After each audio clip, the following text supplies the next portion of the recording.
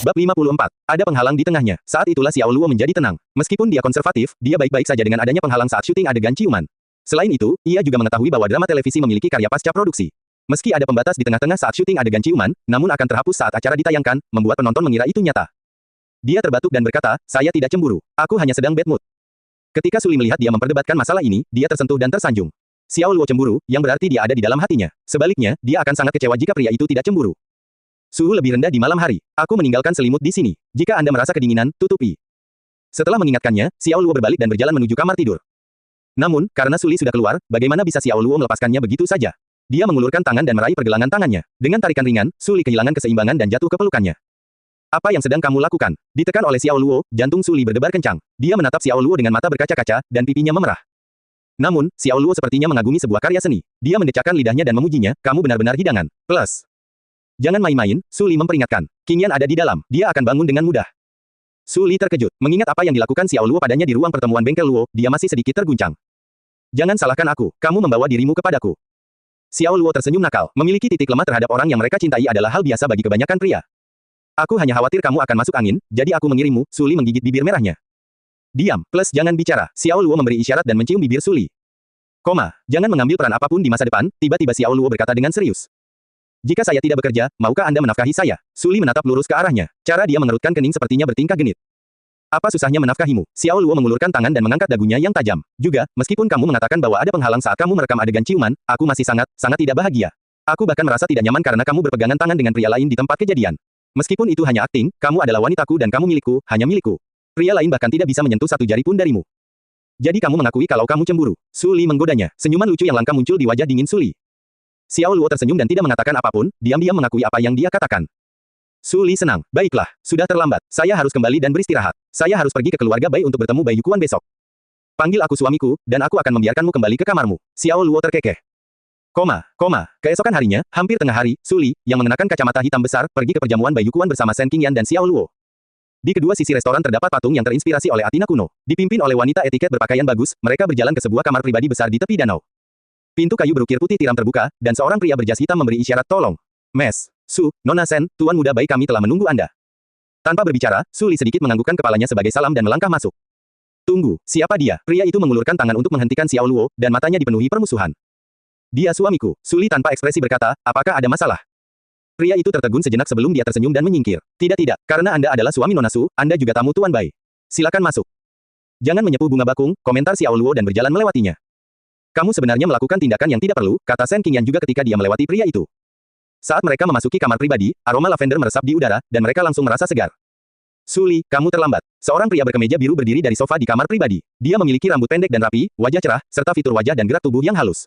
Cara dia berperilaku menyiratkan kekayaannya.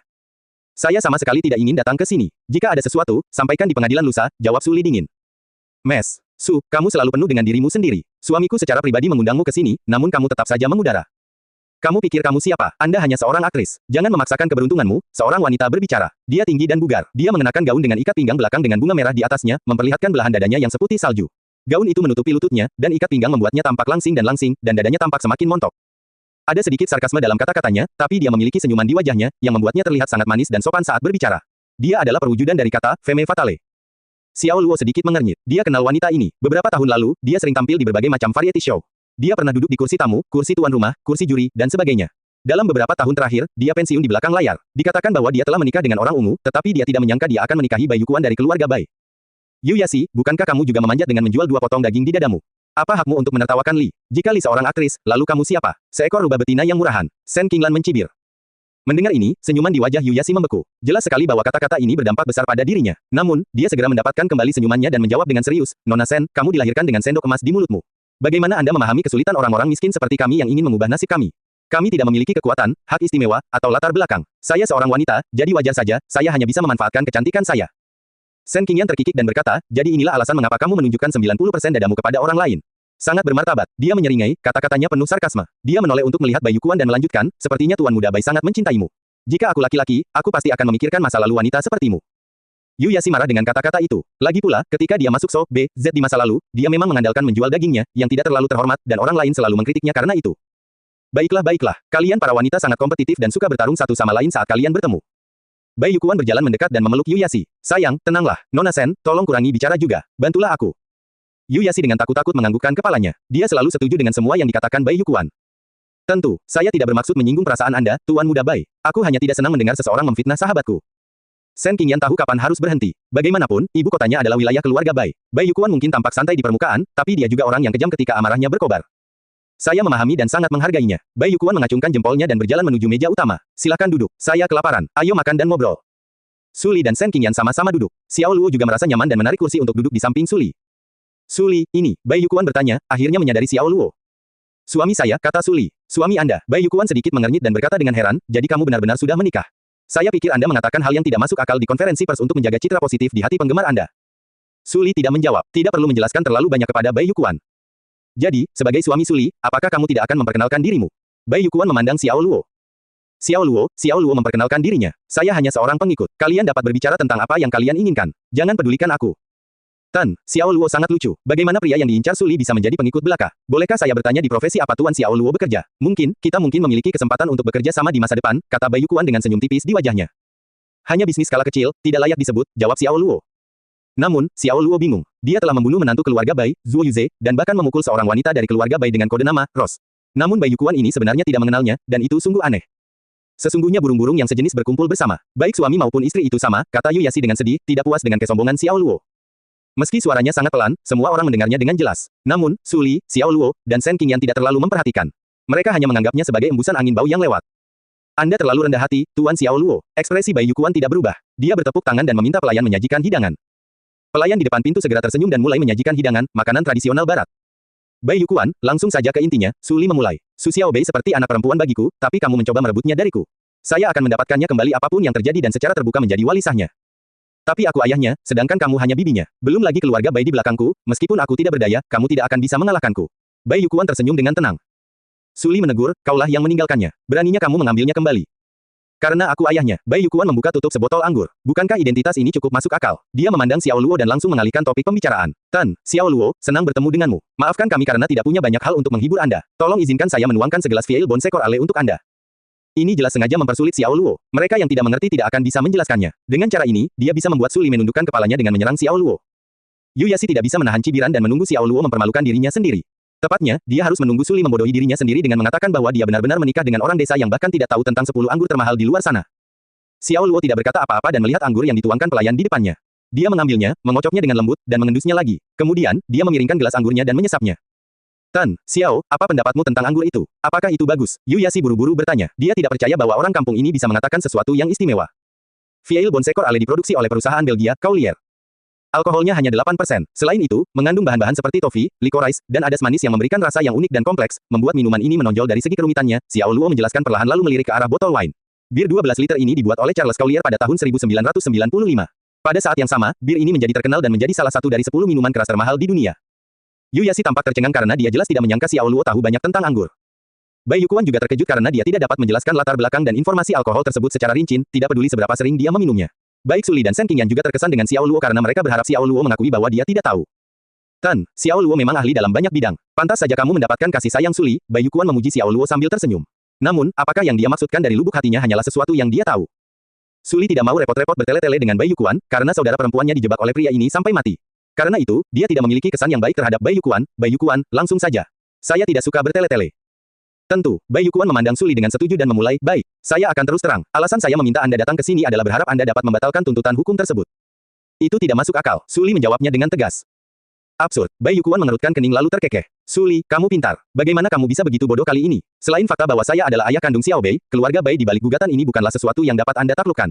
Selama kepala keluarga menginginkannya, setiap hakim ketua dari seluruh Jingcheng akan mendatanginya dan mematuhi setiap kata-katanya seperti anjing. Saya tidak percaya bahwa keluarga Bai kebal hukum di Jingcheng, balas Suli.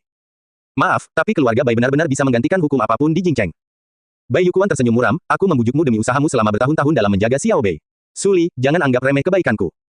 Apakah kebaikan itu? Bolehkah aku memakannya? Xiao Luo menyela. Tentu saja, kamu bisa memberikan sebanyak yang aku berikan kepadamu. Bai Yukuan tersenyum. Xiao Luo menjawab, kalau begitu berikan itu pada seekor anjing. Ini pastinya adalah makanan favorit anjing. Dia tidak diragukan lagi mengejek Bai Yukuan dengan kata-kata karena dia akan berdiri di samping istrinya tanpa syarat apapun situasinya.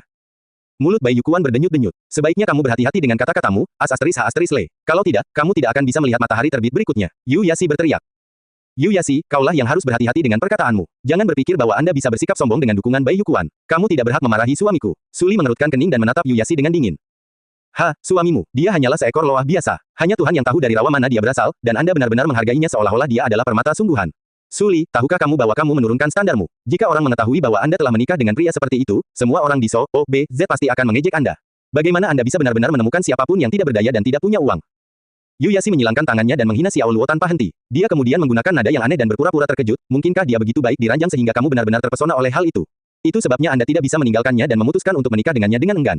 Jadi sepertinya nona kita yang sombong dan pendiam, Su, juga seorang pelacur yang kecanduan seks.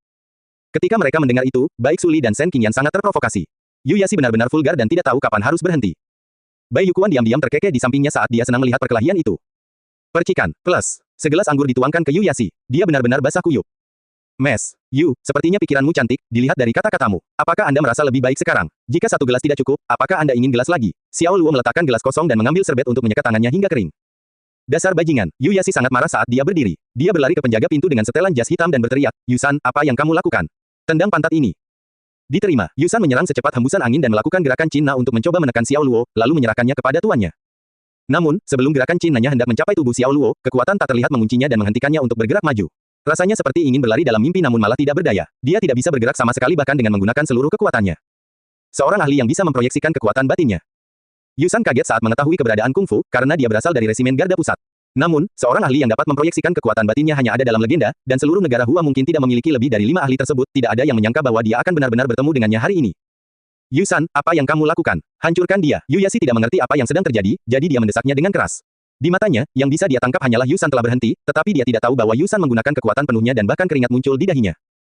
Hancurkan aku, dia tidak bisa. Xiao Luo tersenyum bercanda sambil membanting meja, melepaskan kekuatan batinnya. Yusan terbang kembali dengan jeritan yang menyakitkan dan menabrak dinding ruangan.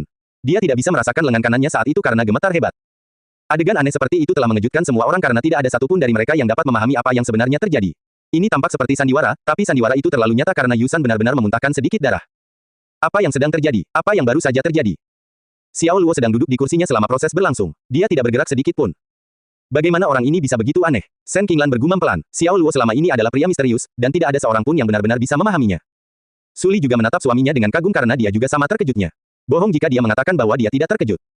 Sepertinya Tuan Xiao Luo adalah ahli kungfu. Maafkan kurangnya perhatian saya tidak tahu dari melihatnya. Ini adalah kesalahanku. Bai Yukuan tersenyum pada Xiao Luo setelah mengalami keterkejutan sesaat.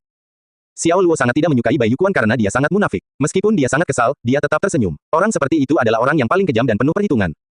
Dia menoleh ke Suli. Sayang, apakah ada hal lain? Ayo pergi jika kamu sudah selesai. Kita akan mendapatkan makanan enak. Suli sedikit tersipu ketika dia mendengar kata, sayang, dengan begitu banyak orang di sekitarnya, tapi dia mengangguk dan berkata, oke. Karena mereka akan pergi ke pengadilan, sudah ditakdirkan bahwa mereka tidak akan mengakhiri pertemuan ini dengan baik. Meski kesepakatannya dilanggar, Bai Yukuan tetap tersenyum dan mengantar Xiao Luo, Suli, dan Shen Qingyan keluar. Aku akan membuatnya membayar untuk ini. Yu Yasi mengatupkan giginya sambil menatap punggung Xiao Luo. Dia telah membersihkan dirinya dengan serbet dengan cermat, tetapi dia masih berbau alkohol. Pakaiannya juga basah oleh anggur yang dituangkan Xiao Luo. Saat dia mengingat bagaimana dia diperlakukan oleh Xiao Luo, pikirannya menjadi sangat marah dan histeris. Bai Yukuan tidak mengungkapkan kekhawatiran apapun padanya maupun kata-katanya. Dia hanya menatap Yusan dan bertanya, apa itu tadi? Yusan membungkuk dan menjawab, orang itu dapat memproyeksikan kekuatan batinnya keluar. Bahkan senjata dan pedang pun tidak bisa melukainya, apalagi tangan kosong. Oh, dia sangat kuat. Bai Yukuan terkejut. Dia kemudian melanjutkan, saya ingin Anda mengetahui identitasnya sesegera mungkin. Karena dia adalah karakter yang tangguh, saya ingin menghindari dia sebagai musuh sebisa mungkin, atau merekrut dia untuk bekerja di keluarga Bai. Itu akan menyenangkan. Rekrut dia, Yukuan, dia telah melakukan semua itu padaku, dan kamu masih ingin merekrutnya. Yu Yasi tidak senang dengan hal itu. Bai Yukuan menepuk kepalanya dan berkata, ada masalah yang sama dengan kalian para wanita. Anda terlalu berpikiran sempit dan picik. Yang Anda perlukan untuk membenci seseorang hanyalah menerima perlakuan tidak adil. Ini juga merupakan alasan utama mengapa jumlah perempuan sukses lebih sedikit dibandingkan laki-laki.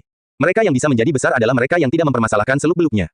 Mereka juga dapat melihat berbagai hal dalam gambaran yang lebih besar karena mereka dapat menggambarkan cetak biru yang luar biasa dalam pikiran mereka, bukan hanya beberapa manfaat kecil yang diberikan kepada mereka. Saya tidak ingin mendengar khotbah Anda, dan saya tidak mau memahaminya. Aku hanya ingin menjadi wanitamu di belakang layar, untuk melayanimu dan melahirkan anak-anakmu. Yu Yasi bersandar pada Bai Yukuan dengan penuh kasih sayang dan bertingkah seperti anak manja. Bai Yukuan tersenyum dan menepuk pundaknya lagi. Saat ini, ada beberapa orang berjas muncul di restoran yang dihiasi lukisan gunung dan sungai Tiongkok. Mereka semua tampak dingin dan tegas seolah tidak ada yang bisa lepas dari kejaran dan tatapan tajam mereka. Yusan, sepertinya mereka adalah orang-orang dari resimen Garda Pusat yang pernah kamu layani sebelumnya, kan? Bai Yukuan bertanya sambil mengerutkan kening. Yusan mengamati mereka dengan cermat dan kemudian membenarkan, ya, itu mereka. Apa yang dilakukan orang-orang dari resimen Garda Pusat di sini? Mungkinkah orang bergengsi di negara kita akan datang ke sini? Bai Yukuan bertanya. Karena ini adalah aktivasi pasukan dalam skala besar, mereka mungkin mengawal beberapa pemimpin penting dari negara lain, Yusan menambahkan. Apakah begitu? Bai Yukuan memandang ke arah itu dengan penuh minat sambil mengangkat alisnya. Tak butuh waktu lama bagi seorang pria berkulit gelap untuk berjalan melewatinya dengan dikawal beberapa asisten berkulit putih. Itu adalah Presiden Negara Mei, Tuan Oba. Seru Yuyashi sambil mengedipkan matanya dengan penuh semangat. Meskipun dia telah menikah dengan keluarga kaya, masih sangat mengesankan dan tidak nyata melihat seorang pemimpin suatu negara berada dalam jarak yang begitu dekat. Ini sangat mengejutkannya. Itu benar-benar Presiden Oba. Sepertinya cara negara kita untuk menjamin keamanan bagi para pemimpin asing tidak memenuhi standar. Bagaimana mereka bisa mengirim pasukan resimen garda pusat saja? Bagaimana jika seseorang membunuhnya? Bukankah itu sederhana? Bai Yukuan berkomentar. Ia berpikir jika mereka mengadakan resepsi untuk para pemimpin asing, mereka harus membersihkan tempat tersebut terlebih dahulu. Yusan tersenyum canggung karena dia yakin dengan kemampuan resimen garda pusat. Setiap anggota dapat menampung hingga 10 pasukan khusus, dan mereka benar-benar mampu. Selain itu, negara Hua memiliki undang-undang senjata yang sangat ketat, sehingga pembunuhan dengan senjata panas hampir tidak mungkin dilakukan. Mengapa Presiden Oba menyapa Xiao Luo secara aktif? Bai Yukuan terkejut saat melihat Presiden Oba, yang sedang berjalan menuju danau, dengan percaya diri meninggalkan zona lindung oleh resimen garda pusat. Dia berjalan langsung ke arah Xiao Luo dan mulai mengobrol dengannya dengan wajah tersenyum. Baik Yusan maupun Yuyashi melihat dari dekat dan tidak percaya. Sudah pasti Presiden Oba sedang menjilat Xiao Luo seolah-olah dia sedang berbicara dengan atasannya. Meskipun mereka tidak tahu apa yang mereka bicarakan, sikap hormat dari Presiden Oba sangat jelas terlihat. Apa yang sedang terjadi? Bagaimana orang itu bisa mengenal Presiden Negara Mei? Bagaimana bisa? Yuyashi mengalami emosi campur aduk karena dia tidak percaya dengan apa yang dilihatnya. Adapun Suli dan Shen Qingyan, mereka berdua benar-benar lengah. Mereka menatap Presiden Oba yang menjabat tangan Xiao Luo dengan antusias seolah-olah mereka adalah teman dekat yang sudah lama tidak bertemu. Tan, Oba, bukankah kamu terlalu antusias? Xiao Luo mengerutkan kening dan tidak bisa berkata-kata. Dia tidak menyangka akan bertemu pria ini di sini. Lagi pula, dia tidak punya masalah dengan itu, tapi pria ini harus datang dan ngobrol setelah melihatnya.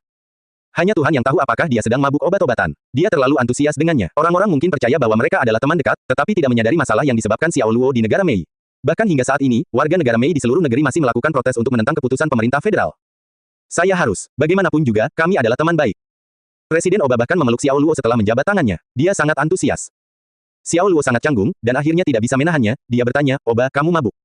Dia tidak mau repot-repot bertele-tele dengan pria ini dan jelas tidak tahan dia menatap seperti seorang kekasih.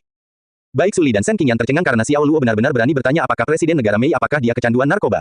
Bukankah ini terlalu sombong? Bagaimanapun juga, dia adalah presiden suatu negara. Tepatnya dia adalah presiden negara Mei. Bukankah dia akan menyinggung perasaannya dengan menanyakan pertanyaan kasar seperti itu? Namun yang membuat mereka semakin kaget adalah Presiden Oba sama sekali tidak marah. Malah senyumnya melebar. Saya tidak tinggi. Saya datang ke negara Hua untuk melunasi sebagian utang negara. Sejujurnya, saya semakin mengapresiasi Si di negara Anda. Saya akan berteman baik dengannya dan begitu pula negara-negaranya. Negara Hua dan Mei akan menjadi sekutu yang memiliki hubungan timbal balik dan tulus. Oba tersenyum cerah. Melunasi sebagian utang negara. Tidak heran dia bersemangat. Dia sudah mengambil beberapa keuntungan. Xiao Luo tidak tahu kenapa, tapi ini adalah keputusan yang dibuat oleh atasan, jadi itu bukan urusannya. Dia bercanda, senang sekali kamu mendapatkan sesuatu. Saya akan mengunjungi negara Mei ketika saya punya waktu. Anda sebaiknya memperlakukan saya dengan baik. Mendengar itu, wajah Oba tiba-tiba berubah, dan dia berkata dengan nada ketakutan, Xiao, menurutku kamu harus mengunjungi negara Ri. Para wanita di sana ahli dalam melayani pria. Negara E juga cukup bagus. Jumlah perempuan jauh lebih banyak dibandingkan laki-laki. Bangsa Fa cukup romantis. Semua negara ini layak untuk Anda kunjungi. Percayalah kepadaku, aku tidak akan mengecewakanmu. Tapi saya suka bangsa Mei. Saya suka kebebasan berbicara dan, terlebih lagi, dolar Mei. Xiao Luo menggoda Oba. Presiden Oba tidak bisa merasa canggung lagi dengan hal itu dan mengerutkan kening. Xiao, jangan seperti ini. Bukankah kita berteman? Itulah mengapa aku harus lebih sering mengunjungimu. Xiao Luo terkekeh. Setelah meninggalkan restoran bertema gunung dan sungai Tiongkok, Suli dan Shen Qingyan menatap Xiao Luo dengan perhatian yang luar biasa. Mereka tampak seolah-olah mencoba melihat ke dalam dirinya saat mata mereka tertuju padanya sejak saat itu. Apa yang salah? Xiao Luo bertanya kepada mereka, merasa canggung, meskipun dia bisa menebak jawabannya. Apa yang salah? Itu adalah Presiden Negara Mei, Tuan Oba. Kamu dan dia, kenapa kalian terlihat seperti sudah saling kenal sejak lama? Shen Qingyan tidak bisa menyembunyikan keterkejutannya. Jika dia tidak menyaksikan ini dengan matanya sendiri, dia tidak akan pernah percaya bahwa Xiao Luo adalah seseorang yang bisa mengobrol dengan seseorang seperti Presiden Negara Mei. Saya dulu tinggal di negara Mei untuk sementara waktu dan pernah bekerja dengannya selama beberapa waktu. Xiao Luo memberikan alasan acak untuk menjelaskan sendiri. Pernah bekerja dengan Pak Oba. Mengapa Anda tidak bekerja dengan sekretaris jenderal kami karena Anda sangat mampu? Shen Qingyan jelas berpikir bahwa Xiao Luo mengatakan hal yang tidak masuk akal. Dia berdiri dengan tangan akimbo dan menatap Xiao Luo dengan sengaja. Selain menjadi bos di balik lokakarya Luo, identitas apa yang masih kamu sembunyikan dari kami? Xiao Luo terkekeh dan menggelengkan kepalanya. Menurutmu identitas seperti apa yang aku miliki? Tuhan tahu siapa kamu. Saya mengajukan pertanyaan kepada Anda. Jangan melemparkannya kembali padaku. Shen Qingyan merasa kesal. Saya tidak punya identitas lain, tapi kartu identitas saya sudah habis masa berlakunya, jawab Xiao Luo. Shen Qingyan sangat kesal dengan jawaban kurang ajar itu dan dia membentak, persetan. Xiao Luo mengangkat alisnya. Baiklah, ayo cari tempat makan. Apa gunanya memikirkan pertanyaan-pertanyaan yang tidak ada gunanya, kata Suli dingin, menghentikan argumen. Pertanyaan yang tidak ada gunanya. Li, itu Presiden Negara Mei, Tuan Oba. Dia datang untuk menyambut Xiao Luo terlebih dahulu dan bahkan menjabat tangannya dan memeluknya. Tidakkah menurutmu itu membuat identitas Xiao Luo menjadi sangat istimewa? Shen Qingyan tidak akan menyerah begitu saja karena dia ingin menyelidiki setiap aspek Xiao Luo dan mendapatkan pemahaman lengkap tentang siapa pria ini. Suli menatap Xiao Luo dengan dingin dan menjawab dengan nada yang lebih dingin lagi, pertanyaan yang membosankan. Saat dia selesai berbicara, dia berjalan menuju tempat parkir mobil. Istri saya benar, betapa membosankannya pertanyaan-pertanyaan itu. Xiao Luo mengangkat bahu dan mengikutinya. Dia sangat yakin Suli juga ingin tahu lebih banyak, tapi karakter sabarnya akan menghalanginya untuk mengambil terlalu banyak inisiatif.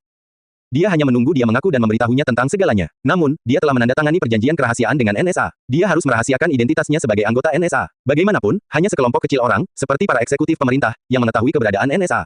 Orang-orang biasa tidak akan pernah mendapatkan akses terhadap informasi tentang NSA sama sekali. Membosankan. Bagaimana ini bisa menjadi pertanyaan yang membosankan? Shen Qingyan sangat bingung karena dia merasa Xiao Luo terselubung oleh awan misteri. Berasal dari rasa ingin tahu dan sifat ingin tahu manusia, dia sangat ingin tahu identitas khusus seperti apa yang dimiliki Xiao Luo. Ada sebuah rumah bergaya barat yang terletak di pinggiran kota dari sebelah barat Jingcheng. Itu menempati lebih dari 100 hektar dan memiliki banyak tanaman hijau subur di dekatnya. Jalan-jalan tersebut dibangun berdasarkan prinsip simetris, dan terdapat sebuah rumah besar yang terang di tengah perempatan. Jika dilihat dari atas, terlihat terdapat kolam teratai berbentuk persegi panjang di tengahnya dan terdapat air mancur di tengah kolam yang berfungsi sepanjang hari. Ini adalah rumah besar keluarga Bai. Tempat itu dijaga ketat, dan ada penjaga keamanan di mana-mana yang mengenakan jas hitam. Di ruang tamu mansion, ada seorang lansia berusia 70-an yang mencoba menipu Su Xiaobei. Dia berdiri tegak seperti pohon pinus, dan tangannya yang kasar mencubit pipi tembem Su Xiaobei. Nak, aku adalah kakek buyutmu. Panggil aku kakek buyut. Dia adalah Bai Guoxiong, kepala keluarga Bai saat ini. Dia memiliki seorang putra dan putri. Putranya, Bai Ying, ada di sampingnya. Bai Ying adalah pria yang tegas karena dia sudah terlihat sangat galak tanpa sengaja, tapi dia juga memandang Su Xiaobei dengan sikap menyayanginya. Putri Bai Guoxiong, sebaliknya, bersorak agar Su Xiaobei menanggapi kakek buyutnya. Namun, gadis kecil itu sangat ketakutan dan matanya memerah. Dia hampir menangis, dan dia berkata sambil menangis, saya ingin ibu. Aku ingin ayah. Setelah beberapa kali mencoba, Bai Guoxiong hanya bisa menghela nafas dan menyerah. Ayah, kita tidak bisa terburu-buru. Xiaobei dibesarkan oleh Suli sejak muda, dan dia pasti merasa jauh dari rumah aslinya. Bai Ying melambai dan memberi isyarat kepada adiknya untuk membawa Su Xiaobei pergi. Bai Guoxiong mengedipkan matanya yang suram dan menghela nafas panjang. Saya terlalu ceroboh saat itu. Saya tidak bisa berdamai dengan diri saya sendiri ketika saya masih muda. Meskipun wanita itu menipu Yukuan untuk berhubungan S3 kilodetik dengannya dengan cara yang keji, dia tetap melahirkan cicitku. Dia memiliki darah keluarga Bai, dan aku tidak seharusnya membiarkan Yukuan pergi begitu saja. Semakin tua usianya, semakin mereka mendambakan cinta dan kasih sayang dari kerabatnya. Sumber cinta ini dapat ditemukan pada keturunannya. Melihat bagaimana cicitnya tumbuh menjadi gadis yang manis, penurut, dan cerdas, dia tidak merasakan apapun selain cinta yang sangat besar padanya. Dia akan menghargainya selamanya dalam pelukannya. Itu terjadi di masa lalu. Selain itu, kami telah mengambil kembali Xiaobei sekarang. Kamu tidak perlu merasa sedih dengan apa yang terjadi saat itu, Bing Ying mencoba meyakinkan Bai Guoxiong. Dia telah menjadi seorang kakek juga, jadi dia cukup bersemangat dengan hal itu. Benar, kakek, kita hanya perlu menebus apa yang tidak berhasil kita berikan padanya sekarang. Itu adalah seorang wanita muda yang berbicara. Dia memiliki rambut bob yang bersih dan tajam dengan fitur wajah yang halus. Namun, jarak matanya sedikit lebih jauh dari orang biasa, namun hal itu tidak membahayakan kecantikannya dan membuatnya terlihat semakin unik. Jika Xiao Luo ada di sini, dia akan mengenalinya sebagai anggota NSA dengan nama Sandy Rose. Dia adalah putri bungsu Bai Ying, Bai Suenan. Kalian benar, cicit saya masih muda, belum terlambat untuk menebusnya sekarang. Bai Guoxiong tersenyum lega. Saat ini, seorang pria dan seorang wanita memasuki ruang tamu. Laki-laki itu tampan, sedangkan perempuan itu menawan. Itu adalah Bai Yukuan dan Yu Yasi. Kakek, ayah, Bai Yukuan menyapa Bai Guoxiong terlebih dahulu dan kemudian membungkuk pada Bai Ying. Istrinya, Yu Yasi pun ikut membungkuk bersamanya. Yukuan, kamu sudah bertemu selebriti itu, Suli, hari ini? Bai Guoxiong bertanya. Ya, kakek, Bai Yukuan mengangguk dengan hormat. Apa yang dia inginkan? Tangan kasar Bai Guoxiong sedang memainkan tongkat berkepala naga saat dia bertanya. Sebelum Bai Yukuan bisa menjawab, Yu Yasi menimpali, pelacur tak tahu malu itu berkata bahwa dia pasti akan menemui kita di lapangan. Oh, Bai Guoxiong merasa geli. Bai Suenan mendengus. Dia hanya seorang selebriti. Beraninya dia melawan keluarga Bai. Saya ingin tahu dari mana dia mendapatkan keberanian dan kepercayaan diri itu. Dia membentak. Bai Ying tidak berkomentar, tapi berdasarkan ekspresi wajahnya, dia juga terlihat acuh tak acuh terhadap tantangan Suli. Bai Yukuan membungkuk dan tersenyum. Kakek, Suli tidak mungkin menimbulkan masalah bagi kami. Keputusannya untuk menyerang kita sama sia-sianya dengan menggunakan telur untuk memecahkan batu. Namun, dia bersama seseorang yang sangat berkemampuan sehingga kita harus berhati-hati. Pria yang cakap, Bai Guoxiong menyipitkan mata. Benar, kakek, jawab Bai Yukuan. Presiden negara Mei, Tuan Oba, sudah menyapanya lebih dulu saat mereka bertemu. Saya telah berbicara dengan Pak Oba sesudahnya dan belajar sesuatu darinya. Dia mengatakan bahwa orang itu telah menyebabkan banyak masalah bagi bangsa Mei dan bangsa Ri akhir-akhir ini. Masih ada orang dimanapun di negara Mei yang memprotes pemerintah federal bahkan hingga hari ini. Orang yang telah menimbulkan banyak masalah bagi negara Mei dan negara Ri akhir-akhir ini. Kapan hal ini terjadi, dan mengapa mereka tidak mengetahuinya lebih awal? Bai Guoxiong, Bai Ying, dan anggota keluarga Bai lainnya tampak tercengang. Bagaimana bisa ada orang berkemampuan seperti itu, namun mereka tidak menerima peringatan sama sekali? Itu sungguh konyol. Mungkinkah departemen tertentu di dalam negeri telah menyensor semua berita dari luar negeri? Saudaraku, siapa namanya? Bai Suenan tiba-tiba bertanya dengan ekspresi serius di wajahnya. Bai Yukuan sedikit ragu sebelum dia menjawab, Xiao Luo. Jadi itu dia. Bai Guoxiong segera bangkit dari kursinya. Matanya melotot karena amarah yang membara, dan sikapnya berubah drastis. Kakek, ada apa? Apakah ada masalah? Bai Yukuan bertanya, terlihat agak bingung. Suenan, beritahu adikmu. Wajah tua Bai Guoxiong berubah menjadi murka. Saudaraku, Xiao Luo ini adalah orang yang membunuh saudara iparku. Dia bahkan melukaiku dengan parah. Jika bukan karena teknologi perawatan medis canggih yang tersedia sekarang, saya khawatir saya sudah pergi menemui nenek saya. Bai Suenan berkata dengan gigi terkatup. Pengungkapan itu mengejutkan Bai Yukuan. Bukankah kamu bilang kalau Mi dari Ensalah yang membunuh kakak ipar? Mengapa itu menjadi Xiao Luo? Bai Yukuan sebagian besar telah dididik dan dilatih di luar negeri. Ketika kembali ke Xiahai, itu merupakan pengalaman baru baginya, dan ia tak menyangka akan terlibat hubungan asmara yang berujung pada kelahiran seorang anak. Dan sekarang setelah dia pulang ke Jingcheng, dia terkejut mendengar saudara iparnya, Zhuo Yuze, telah dibunuh, dan kakak perempuannya juga telah diserang. Dia menangis sepanjang hari dan mengunci diri di kamarnya, menolak meninggalkan rumah. Bai Suenan mengepalkan tangannya. Mi hanyalah nama kodenya. Nama aslinya adalah Xiao Luo, katanya, dan kebenciannya yang mendalam pada Xiao Luo terlihat jelas. Pantas saja aku merasa tidak nyaman saat melihatnya. Ternyata dia dan keluarga baik kita adalah musuh bebuyutan, Yu Yasi menyela. Gedebuk, Bai Guoxiong membanting ujung tongkat yang dia pegang ke lantai, dan seluruh aula bergema dengan suara benturan yang tajam. Gu Zhangguo dan Dongfang Suoyu dari NSA telah memberikan tekanan pada saya sejak lama. Saya telah dengan sabar menahan diri, memilih untuk tidak marah, tetapi sekarang Xiao Luo datang ke Jingcheng untuk mengacaukan dan memprovokasi saya. Jika kita membiarkan dia meninggalkan tempat ini hidup-hidup, apa jadinya martabat keluarga baik kita? Ayah, kamu benar. Xiao Luo lah yang mendekati kematian dengan memprovokasi kami, jadi itu bukan salah kami, pendapat Bai Ying. Kakek, ayah, harap tenang dulu. Bai Yukuan berkata, kita perlu memikirkan hal ini dengan hati-hati. Xiao Luo ini bukan orang biasa dan kekuatannya telah mencapai tingkat di mana dia bisa menggunakan kekuatan batinnya untuk menyerang orang lain. Lepaskan kekuatan batinnya. Bai Guoxiong dan Bai Ying terkejut. Melepaskan kekuatan batin seseorang dan menyerang lawan dianggap sebagai keterampilan pamungkas. Di seluruh negara Hua, hanya monster tua dari NSA dan tetua Tianshan yang telah mencapai level ini, yang secara efektif menempatkan mereka dalam kategori demi dewa. Apa, Yukuan, apakah yang kamu katakan itu benar? Bai Ying bertanya. Bai Yukuan mengangguk dengan kaku. Ya, Yusan mengujinya secara pribadi. Xiao Luo duduk tak bergerak di kursinya, namun Yusan tidak bisa menyentuhnya. Sepertinya ada kekuatan tak terlihat sekitar 10 cm di sekitar tubuhnya yang mencegah Yusan mendekat ketika dia terluka oleh ledakan energi internal yang tiba-tiba dari tubuh Xiao Luo. Yusan sekarang menjalani pemeriksaan kesehatan lengkap dan perawatan di rumah sakit. Mendengar kata-kata tersebut, Bai Guoxiong dan Bai Ying segera menenangkan diri untuk mempertimbangkan situasinya. Untuk eksponen tingkat tinggi dengan kemampuan melepaskan kekuatan batinnya, bahkan seluruh negara akan kesulitan untuk menghadapinya. Apalagi yang bisa dilakukan keluarga Bai kecuali monster tua dari NSA dan tetua Tianshan mau membantu. Bai Guoxiong duduk kembali di kursinya dan menghela nafas. Pantas saja dia mampu selamat dari perang di Libya dan bisa menimbulkan banyak masalah bagi bangsa Mei dan bangsa Ri. Bahkan para pemimpin tertinggi negara Mei harus memperlakukannya dengan hormat, dan itulah yang terjadi, keluhnya. Bai Guoxiong kemudian menatap Bai Suenan dan berkata, Suenan, hanya karena dia menahan tangannya, kamu bisa bertahan untuk terakhir kalinya. Meskipun Bai Suenan terkejut dengan tingkat kekuatan Xiao Luo, dia bukanlah seseorang yang mau menerima kekalahan dan menolak menyerah pada orang yang telah membunuh saudara iparnya. Dia berdiri dan berkata, kakek, tidak peduli betapa hebatnya dia, kamu dan ayah memiliki puluhan ribu tentara. Saya tidak percaya kita tidak bisa menghancurkannya dengan pasukan. Sangat setuju, Xiao Luo terlalu sombong. Dia adalah musuh bebuyutan keluarga baik kita dan kita tidak bisa membiarkan dia meninggalkan Jingcheng hidup-hidup. Yu Yasi menggemakan perasaan kakak iparnya, Bai Suenan, tapi itu terutama karena Bai Suenan selalu tidak menyukainya karena insiden di masa lalu. Yu Yasi mengambil sikap untuk mendukung Bai Suenan untuk meningkatkan hubungan mereka. Selain itu, dia tidak pernah memaafkan Xiao Luo karena memercikan alkohol padanya. Berhentilah bicara omong kosong, kakek dan ayah mampu mengambil keputusan sendiri tentang cara menangani masalah tersebut. Pergi sekarang, Bai Yukuan berteriak pada saudara perempuan dan istrinya. Bai Guoxiong mengangkat kepalanya dan menatapnya dengan mata tuanya yang katarak. Yukuan, bagaimana menurutmu? Kita masih perlu berpikir matang sebelum berurusan dengan Xiao Luo. Bahkan jika dia tidak memiliki perlindungan NSA, berdasarkan kemampuan Xiao Luo, kemungkinan keluarga Bai melenyapkannya dari dunia ini tidaklah tinggi, jawab Bai Yukuan sambil memberikan analisis rasional. Jadi, kita tidak boleh melakukan apapun, kata Bai Ying. Bukan itu, saya yakin kita harus berpikir out of the box, jawab Bai Yukuan sambil membungkuk. Bai Guoxiong melihatnya dengan penuh minat. Bagaimana? Kami menyambutnya. Bai Yukuan merangkumnya dengan kata-kata sederhana dan menambahkan, dan keluarga Bai akan menemukan cara untuk memanfaatkannya. Seluruh aula menjadi gempar. Tidak ada yang mengira Bai Yukuan memiliki pemikiran seperti itu. Apakah dia berpikir untuk merekrut musuh? Apakah ada yang salah dengan kepalanya? Saudaraku, Xiao Luo membunuh kakak ipar, yang merupakan tindakan yang tidak dapat didamaikan bagi keluarga Bai kita. Namun Anda ingin merekrutnya. Sudahkah kamu mempertimbangkan perasaan kakak? Bai Suenan berteriak. Mereka yang ingin mencapai hal-hal besar tidak peduli dengan hal-hal duniawi. Yang harus mereka pertimbangkan adalah gambaran besarnya. Bagiku, adalah tindakan bodoh menjadikan seseorang yang memiliki kemampuan dan kekuatan seperti itu sebagai musuh. Dan melakukan hal itu terhadap Zhuo Yuze yang tidak berguna itu. Ini sangat tidak bijaksana, kata Bai Yukuan. Bai Ying tidak senang dan berkata, dan bagaimana dengan martabat keluarga Bai kita? Melakukan hal itu akan sangat memalukan. Bahkan Presiden Negara Mei saat ini, Tuan Bama, dengan bijak mengesampingkan keluhan masa lalunya terhadap Xiao Luo, dan dengan melakukan itu, dia mengubah permusuhan menjadi harmoni. Mengapa kita tidak melakukannya? Bukan mengaku kalah, tapi beradaptasi dengan kenyataan. Kekuatan Xiao Luo telah melampaui ekspektasi kami. Jika kami bersikeras menjadi musuhnya, maka saya pikir keluarga Bai akan menerima pihak tersebut, kata Bai Yukuan. Yukuan, apakah ini yang kamu pikirkan? Apakah ini yang diyakini anakku? Bai Ying menangis dengan sangat kecewa. Apakah dia baru saja mengatakan bahwa mereka harus beradaptasi dengan kenyataan? Sejak kapan keluarga Bai mereka jatuh ke kondisi yang begitu rendah? Saudaraku, mengapa kamu begitu memihak pada orang luar? Bai Suenan berteriak. Saya tidak memihak siapapun, tetapi hanya menganalisis situasi. Bai Yukuan tersenyum dan berkata, dunia ini mungkin tampak adil, dan setiap orang tampaknya memiliki kebebasan dan perlindungan hukum. Namun, hukum alam tidak akan pernah berubah, yang kuat ditakuti dan dihormati. Bahkan bangsa Mei dan bangsa Ri tidak berani memprovokasi dia. Jadi, apa yang membuatmu begitu yakin keluarga Bai bisa melawannya? Meskipun kata-kata ini tidak enak didengar, kata-kata itu membuat semua orang di keluarga Bai merenung. Mereka semua mengetahui faktanya tetapi memilih untuk tidak mengakuinya. Mereka merasa sulit menerima bahwa mereka tidak mampu membunuh musuh mereka. Seperti yang dikatakan Bai Yukuan, Zhuo Yuze, menantu laki-lakinya, adalah seekor bebek yang timpang. Kematiannya bukanlah kerugian yang berarti, dan mungkin Bai Yulan akan berduka untuk sementara waktu. Kematiannya tidak terlalu mempengaruhi keluarga Bai, dan alasan mereka marah adalah karena kematiannya di tangan Xiao Luo telah mencoreng martabat mereka. Tentu saja, keluarga Bai tidak bisa melawanku. Saat anggota keluarga Bai sedang mempertimbangkan kata-kata Bai Yukuan, sebuah suara yang dingin dan menusuk tiba-tiba menyela kesunyian. Kemudian, semua orang melihat bayangan melintas dari pintu masuk aula utama. Ia bergerak dengan cepat, meninggalkan jejak bayangan di belakang saat ia berjalan ke tengah aula utama seperti hantu. Ketika sosok itu berhenti, keluarga Bai akhirnya memperhatikan penyusup itu dengan baik.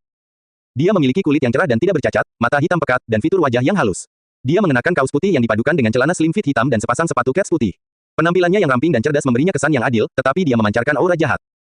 Xiao Luo, semua anggota keluarga Bai menjadi pucat karena terkejut. Tak satu pun dari mereka menyangka bahwa pria yang mereka incar akan muncul di hadapan mereka entah dari mana. Siapa yang bisa menjelaskan bagaimana dia secara misterius muncul di aula seperti hantu di malam hari? Dia muncul tanpa suara, dan itu membuat mereka merinding. Astaga, plus. Bai Ying bereaksi dengan cepat. Dia langsung mengeluarkan pistol dari pinggangnya dan mengarahkannya ke Xiao Luo. Angkat tanganmu, lakukan sekarang, atau aku akan menembak untuk membunuh. Dia meraung. Apakah kamu yakin bisa membunuhku dengan satu tembakan? Xiao Luo menggenggam tangannya di belakang punggung dan tersenyum mengejek. Dengan pistol diarahkan ke arahnya, sikap Xiao Luo yang tenang dan tenang sangat menakutkan. Bai Ying adalah komandan wilayah militer Huaxia Utara, namun dia tetap bimbang meski memegang pistol. Melihat file foto Xiao Luo sangat berbeda dengan melihatnya di kehidupan nyata, terutama ketika dia bisa tetap tenang dan tidak takut dengan pistol yang diarahkan ke wajahnya. Bai Ying berkeringat dingin.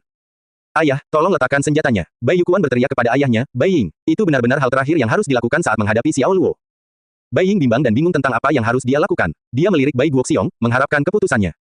Gedebuk, Bai Guoxiong membanting ujung tongkatnya ke lantai. Singkirkan senjatamu. Dia memusatkan perhatian pada Xiao Luo dan berbicara dengan suara serak dan bergemuruh. Tidak ada emosi dalam pidatonya yang datar dan monoton, karena dia masih menjadi kepala keluarga Bai dan memancarkan ketenangan langka yang tidak dapat dibandingkan dengan orang biasa. Ya, ayah, itu adalah perintah langsung dari ayahnya, dan tidak ada alasan bagi Bai Ying untuk tidak mematuhinya. Dia menurunkan senjatanya dan mengembalikannya ke sarungnya. Xiao Luo tertawa mengejek dan berkata, pilihan yang bijaksana. Yu Yaxi dan Bai Suenan terkejut dan menatap Xiao Luo. Hal ini terutama membuat Bai Suenan marah karena dia mengingat dengan jelas betapa parahnya Xiao Luo telah menyerangnya. Rasanya seperti baru terjadi kemarin, dan ini adalah pertama kalinya dalam hidupnya seseorang hampir memukulinya sampai mati. Untuk itu, dia ingin Xiao Luo mati lebih dari siapapun. Anak muda, kamu memiliki keterampilan yang luar biasa. Bai Guoxiong memaksakan senyum dan berkata, bolehkah saya bertanya mengapa Anda mengunjungi keluarga Bai kami begitu larut malam? Tuan tua, jangan gugup. Saya di sini hanya untuk melihat putri saya, Su Xiaobei, kata Xiao Luo. Putri Anda, Bai Suenan berkata dengan sinis, omong kosong apa yang kamu bicarakan? Dia putri saudara laki-lakiku dan biji matanya. Kami semua sangat menyayanginya, jadi menurutmu kamu ini siapa? Kamu tidak pantas. Pukulan keras, Xiao Luo mengayunkan tangannya dengan kejam ke udara. Melepaskan kekuatan batinnya, lambaian tangannya berubah menjadi tamparan tak terlihat tepat di wajah Bai Suenan. Tamparan yang menyengat terdengar, dan membuat Bai Suenan berputar di tempat sebelum dia jatuh ke lantai dengan darah mengalir dari sudut mulutnya. Menyerang seseorang tanpa adanya kontak yang terlihat. Tindakan Xiao Luo mengejutkan Bai Yukuan, Bai Ying, dan Yu Yaxi dan membuat mata mereka terbuka lebar. Mereka tidak percaya bahwa teknik luar biasa seperti itu ada di dunia ini. Xiao Luo menoleh dan menatap Bai Suenan dengan santai. Mawar, kan, jika saya ingat dengan benar, itu adalah nama kode Anda di NSA. Aku menyelamatkan hidupmu terakhir kali kita bertemu. Tapi jika kamu bosan hidup, aku bisa memberimu tumpangan gratis. Bai Suenan hanya merasakan sakit yang menyengat di wajahnya dan rasa darah di mulutnya. Dia hanya memelototi Xiao Luo tetapi tidak berani mengeluarkan suara lagi. Maksudmu Xiao Bei adalah putrimu? Bai Guoxiong mengabaikan Bai Suenan dan berbicara langsung kepada Xiao Luo. Xiao Luo mengangguk dan menjawab, dia memanggilku ayah. Tentu saja, dia putriku. Bai Guoxiong tiba-tiba tertawa dan berkata, anak muda, jika itu masalahnya, maka kita belum tentu merupakan musuh bebuyutan. Bai Ying bingung dan tidak tahu mengapa ayahnya mengatakan ini. Namun, Bai Yukuan memahami logika di baliknya. Su Xiaobei tidak diragukan lagi adalah putrinya, tetapi dia memanggil Xiao Luo sebagai ayahnya dengan cara yang sama seperti dia memanggil Su Li sebagai ibunya. Itu menunjukkan bahwa mereka memiliki hubungan dekat, dan selain itu, Xiao Luo sepertinya sangat menyayangi Xiao Bei. Jadi sepertinya Xiao Bei adalah fondasi persahabatan antara keluarga Bai dan Xiao Luo. Xiao Luo tertawa dan berkata, jika bukan karena Xiao Bei, saya tidak akan datang ke sini dengan tangan kosong, karena saya tahu betul bahwa kalian mengirimkan instruksi rahasia kepada pejuang pemberontak Libya untuk membunuh saya. Xiao Luo mengucapkan kata-kata ini dengan santai, namun anggota keluarga Bai masih bisa merasakan permusuhan di balik penampilan tenangnya. Aura pembunuh Xiao Luo membuat mereka yakin bahwa dia memiliki kekuatan untuk menghadapi keluarga Bai mereka. Mungkin sudah ditakdirkan bahwa kamu dan keluarga Bai kami akan memiliki hubungan seperti itu, kata Bai Guoxiong. Jangan coba-coba mendekatiku, karena kita berada di pihak yang berlawanan. Kami akan bermusuhan di pengadilan besok atas hak asuh Xiao Bei. Saya tidak bermaksud menggunakan cara ilegal untuk mendapatkannya kembali, dan saya hanya ingin pengadilan mengeluarkan putusan yang adil dan setara, kata Xiao Luo. Jika dia menggunakan kekerasan, dia bisa dengan mudah mengambil kembali Su Xiao Bei sekarang. Namun, mengingat keadaannya, dia memilih untuk mematuhi hukum. Bahkan jika dia tidak menginginkannya, orang yang dicintainya harus mematuhinya, dan Xiao Luo tidak ingin menempatkan mereka dalam bahaya hukum yang tidak perlu. Dia memilih untuk meneruskan kasus ini melalui cara formal untuk mencapai tujuannya jika memungkinkan. Keadilan dan kesetaraan. Bai Guoxiong berkata sambil tersenyum, saat Su memutuskan untuk mengajukan gugatan terhadap keluarga Bai, kami ditakdirkan untuk menang. Saya tidak perlu melakukan sesuatu yang luar biasa, karena semua hakim ketua di Jingcheng akan memihak kita selama mereka melihat bahwa kasus tersebut melibatkan keluarga Bai kita. Jika saya bisa memasuki aula keluarga Bai, apa yang menghentikan saya untuk memasuki rumah hakim juga? Xiao Luo mendengus. Bai Guoxiong sedikit terkejut. Besok, saya ingin keadilan dan kesetaraan ditegakkan. Kata-kata ini tidak ada artinya bagiku, tapi bagi istriku, itu sangat berarti, kata Xiao Luo. Tentu, saya juga ingin tahu apakah hak asuh atas cicit perempuan saya akan diberikan kepada Nona Su berdasarkan keadilan dan kesetaraan, seperti yang Anda sebutkan, jawab Bai Guoxiong dan tersenyum dengan tenang. Xiao Luo tidak terus memikirkan topik ini. Su Li menyuruhnya untuk tidak mempermasalahkan masalah ini dan mengatakan bahwa dia memiliki kepercayaan diri untuk memperjuangkan hak asuh Su Xiaobei. Saya telah berbicara terlalu banyak omong kosong sehingga saya hampir lupa bahwa saya di sini untuk menemui Xiaobei. Yukuan, bawalah pemuda itu, Xiao Luo, untuk menemui cicit perempuanku. Bai Guoxiong mengangkat tangannya dan menunjuk ke Bai Yukuan. Ya, kakek. Bai Yukuan sangat gembira, karena kakeknya, Bai Guoxiong, sudah setuju dengan sudut pandangnya. Dia merasa dia harus lebih dekat dengan Xiao Luo daripada menjadi musuh bebuyutan. Selain itu, putrinya, Su Xiaobei, sekarang akan membentuk ikatan antara keluarga Bai dan Xiao Luo. Seiring berjalannya waktu, Xiao Luo akhirnya menjadi pendukung keluarga Bai yang paling cakap. Ketika Xiao Luo melihat Su Xiaobei, gadis kecil itu sudah tertidur di tempat tidur. Nafasnya pendek, dan ada air mata di dekat sudut matanya yang belum kering. Matanya terpejam, dan dia diam, bulu matanya yang panjang membentuk bayangan lembut seperti kipas kecil. Xiaobei, Xiao Luo duduk di tepi tempat tidur dan mengulurkan tangan untuk membelai lembut wajahnya dengan punggung tangannya. Mungkin dia melihatnya dalam tidurnya, atau mungkin dia bisa merasakan bahwa dia ada di dekatnya, tapi gadis kecil itu menggumamkan ayah dengan pelan. Hati Xiao Luo hampir meleleh saat mendengar dia memanggilnya ayah. Mengenai Su Xiaobei, Xiao Luo memiliki naluri untuk merawat dan melindungi anak itu. Saat dia bertemu dengannya, dia diliputi perasaan yang tak terlukiskan. Seolah-olah dia sudah lama mengenalnya seolah dia adalah keluarganya sendiri. Jangan khawatir, Tuan Xiao Luo. Xiaobei baik-baik saja di sini. Kakek dan ayahku sama-sama sangat menyayanginya. Dia putriku, jadi aku sangat mencintainya seperti ayahnya. Saya akan memastikan dia tidak pernah menderita dengan cara apapun. Bai Yukuan segera bersuara ketika dia melihat perhatian dan cinta di mata Xiao Luo. Ini adalah kesempatan bagus untuk lebih dekat dengan Xiao Luo. Xiao Luo tidak menanggapi. Dia mengitari ruangan itu sekali dan menemukan dekorasinya bagus. Skema warnanya condong ke arah merah jambu, dan sangat nyaman, jelas sekali bahwa ada banyak pemikiran yang dimasukkan ke dalam hal ini. Dia tidak seperti Su Li yang sangat menginginkan Su Xiaobei kembali. Bagaimanapun, dia dan Su Li bukanlah orang tua kandung Su Xiaobei. Selain itu, keluarga Bai benar-benar menyukai Su Xiaobei. Dengan keluarga Bai yang menjaganya, masa depan Su Xiaobei akan cerah, karena mereka pasti akan membuka jalan untuknya. Jika pengadilan memutuskan untuk memberikan hak asuhnya kepada keluarga Bai, hal itu mungkin juga bukan hal yang buruk. Mengapa kamu meninggalkannya saat itu? Xiao Luo bertanya. Bai Yukuan tersenyum sedih. Aku tidak akan berbohong padamu, Xiao Luo. Adik Su Li, Su Jing, terpengaruh oleh ibunya dan dia memasukkan sesuatu ke dalam tehku, dan aku hanya tidur bersama Su Jing di bawah pengaruh obat-obatan. Setelah kejadian itu, aku berpikir sebaiknya aku mengambil tanggung jawab atas dirinya karena apa yang terjadi sudah terjadi. Tetapi setelah kakek saya mengetahui hal ini, dia sangat menentang saya mengambil tanggung jawab atas wanita ini, dan saya tidak punya pilihan selain pergi. Saya baru mengetahui bahwa Su Jing sedang mengandung anak saya setelah itu ketika dia memaksa saya untuk kembali dengan ancaman kematian. Saya pikir dia hanya memuntahkan hal-hal ini sehingga saya akan kembali, tetapi dia benar-benar mencoba menggorok pergelangan tangannya. Aku tidak percaya kamu memiliki masa lalu yang kelam. Luar biasa, kamu benar-benar hebat. Xiao Luo mendengus. Dia memikirkan tentang dia dan Su Li. Bukankah pernikahan mereka juga merupakan pernikahan yang tidak direncanakan karena intrik ibunya? Situasinya hampir sama, namun konsekuensi yang berbeda muncul dari kedua kasus tersebut. Sejujurnya saya sedikit menyesalinya. Meskipun Su Jing telah menggunakan cara curang, aku harus mengakui bahwa aku memiliki perasaan padanya, aku Bai Yukuan sambil mengerutkan kening. Lagi pula, melihat ke belakang adalah 20/20, tapi Anda bisa menyimpannya. Aku tidak tahan dengan orang sepertimu, kata Xiao Luo dengan hangat. Bai Yukuan tertawa, malu. Dia berkata sambil menggelengkan kepalanya tak berdaya, saya juga tidak tahan dengan orang seperti saya. Saya tidak percaya saya salah satu dari orang-orang ini sekarang. Sungguh memalukan. Cukup, aku tidak ingin terlalu dekat dengan salah satu dari kalian Bais. Aku akan selalu waspada jika menyangkut keluargamu, sela Xiao Luo sambil mengangkat tangannya. Bagaimana mungkin dia tidak menyadari fakta bahwa Bai Yukuan berusaha menjadi lebih dekat dengannya? Bai Yukuan ingin lebih dekat dengannya tanpa alasan selain kekuatannya. Pria itu mampu mengesampingkan dendamnya pada saudara iparnya, Zuo Yuze, dan menikmati obrolan yang menyenangkan dengan Xiao Luo. Dia akan menjadi tokoh terkemuka. Bahkan di saat seperti sekarang ini, pria akan mampu membuat dirinya terkenal jika dia punya cukup waktu.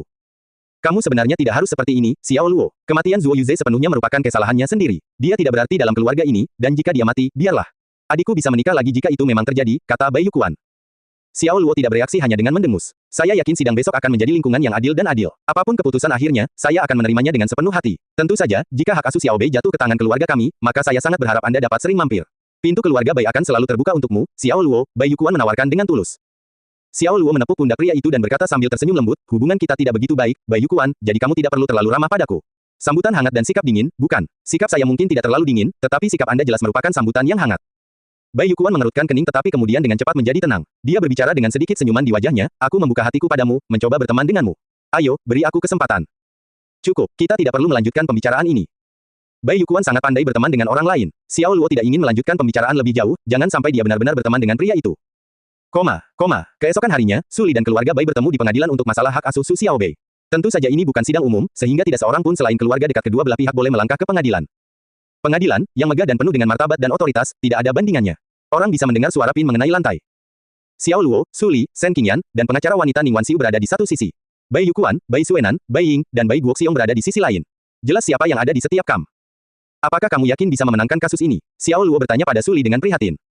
Suli mengangguk ringan. Ya, baiklah kalau begitu. Semua yang terbaik. Aku tidak tahu kartu truf apa yang dimiliki pihak lain, tapi kamu adalah istriku jadi aku percaya padamu. Xiao Luo mengulurkan tangan dan menepuk hidungnya. Suli tersipu. Dia merasa ditempatkan pada posisi yang begitu intim di bawah tatapan banyak orang. Tidak lama kemudian, hakim ketua dan hakim keluar. Sebelum mengambil tempat duduknya, hakim ketua berjalan mendekat dan dengan hormat bertukar salam dengan Xiao Luo. Dia berbicara kepada pria itu, semuanya tersenyum. Tuan, Xiao, kamu di sini. Dia merasa sangat ketakutan tadi malam. Tepat di depan wajahnya, Xiao Luo telah membuat lubang besar di lantai rumahnya. Dia hanya meminta satu hal, yaitu agar dia mengadili kasus ini dengan adil dan adil. Menghadapi monster seperti itu, pikiran untuk memanggil polisi bahkan tidak terlintas dalam pikirannya. Polisi pasti tidak akan ambil pusing dengan monster seperti ini. Mereka lebih peduli pada kehidupan mereka dan kehidupan keluarga mereka. Hakim tidak akan bias kali ini, dan dia pasti akan mengadili kasus ini dengan adil. Apakah kamu ingat apa yang aku minta darimu? Xiao Luo bertanya dengan ramah. Ya, hakim ketua dengan panik mengangguk saat dia menjawab. Xiao Luo berkata, bagus sekali. Kalau begitu, silakan duduk. Oke, hakim ketua mengangguk sebagai tanda terima, lalu dia menatap Bai Guoxiong di sisi lain yang menunjukkan betapa tertekannya perasaannya. Dia kemudian berjalan untuk mengambil tempat duduknya. Ayo, Xiao Luo, jujur saja dan beritahu saya orang seperti apa Anda. Mengapa hakim ketua begitu sopan dan penuh hormat ketika dia berbicara kepada Anda? Shen Qinglan sangat penasaran. Tidak apa, aku baru saja mengetuk pintunya tadi malam, itu saja. Xiao Luo melaporkan faktanya sebagaimana adanya. Shen Qingyan bertanya dengan ngeri, apakah kamu mengancamnya? Ya, saya mengatakan kepadanya bahwa saya akan melaporkan dia ke Komite Disiplin Yudisial jika dia tidak mengadili kasus ini dengan adil. Ini adalah ancamanku padanya, jawab Xiao Luo, gembira karena kecerobohannya. Shen Qingyan tidak mempercayai penjelasan Xiao Luo, akan aneh jika dia mempercayainya. Berdasarkan apa yang dia ketahui tentang Xiao Luo, dia menduga pria itu mungkin pergi ke rumah hakim ketua dengan membawa pisau tadi malam. Tentu saja, dia tidak menyelidikinya lagi. Pengadilan segera bersidang setelahnya, dan penasihat hukum dari kedua belah pihak segera memulai perdebatan brutal mereka. Pengacara di pihak Bai Yukuan memulai serangkaian perdebatan berdasarkan argumen bahwa Su Xiaobei adalah putri kandung Bai Yukuan. Dengan latar belakang keluarga Bai, kemampuan finansial, serta kualitas hebat lainnya yang mereka miliki, pengacara mereka percaya bahwa Bai Yukuan adalah orang yang paling memenuhi syarat untuk mendapatkan hak asuh atas Su Xiaobei dan bahwa dialah yang dapat memberinya kesehatan, lingkungan untuk tumbuh. Tak mau kalah, pengacara Suli, Ning Wanxiu, percaya bahwa Suli bisa memberi Su Xiaobei segala yang bisa dilakukan Bai Yukuan. Selain itu, Su Xiaobei telah diasuh oleh Suli sejak kelahirannya, sehingga Suli memiliki hubungan yang mendalam dengan anak tersebut. Jika mereka menyerahkan hak asuh Su Xiaobei kepada Bai Yukuan sekarang, hal itu pasti akan menjadi sumber trauma masa kecilnya dan, oleh karena itu, merugikan pertumbuhan dan kesejahteraannya. Xiao Luo duduk di galeri, seolah sedang menyaksikan perdebatan sengit. Para pengacara di kedua sisi sangat fasih dan profesional. Setelah perdebatan sengit, hakim ketua jelas-jelas condong ke arah Bai Yukuan. Itu bukan karena pengaruh keluarga Bai, tetapi karena argumen bahwa Su Xiaobei adalah putri kandungnya. Suli dirugikan karena hal ini. Tidak peduli seberapa baik pengacara Suli bisa menggantungkan bulan dan bintang hanya dengan kata-katanya saja. Fakta yang tidak dapat disangkal adalah Suli adalah bibi Su Xiaobei, sedangkan Bai Yukuan adalah ayah kandung Su Xiaobei. Hei, sobat, ini menghilangkan semua keraguanmu, kan? Ini benar-benar adil dan jujur. Bai Guoxiong duduk tidak terlalu jauh dari Xiao Luo. Dia memiliki tongkat dengan kepala tongkat naga dan senyum puas di wajahnya yang keriput, terlihat seperti seorang pemenang.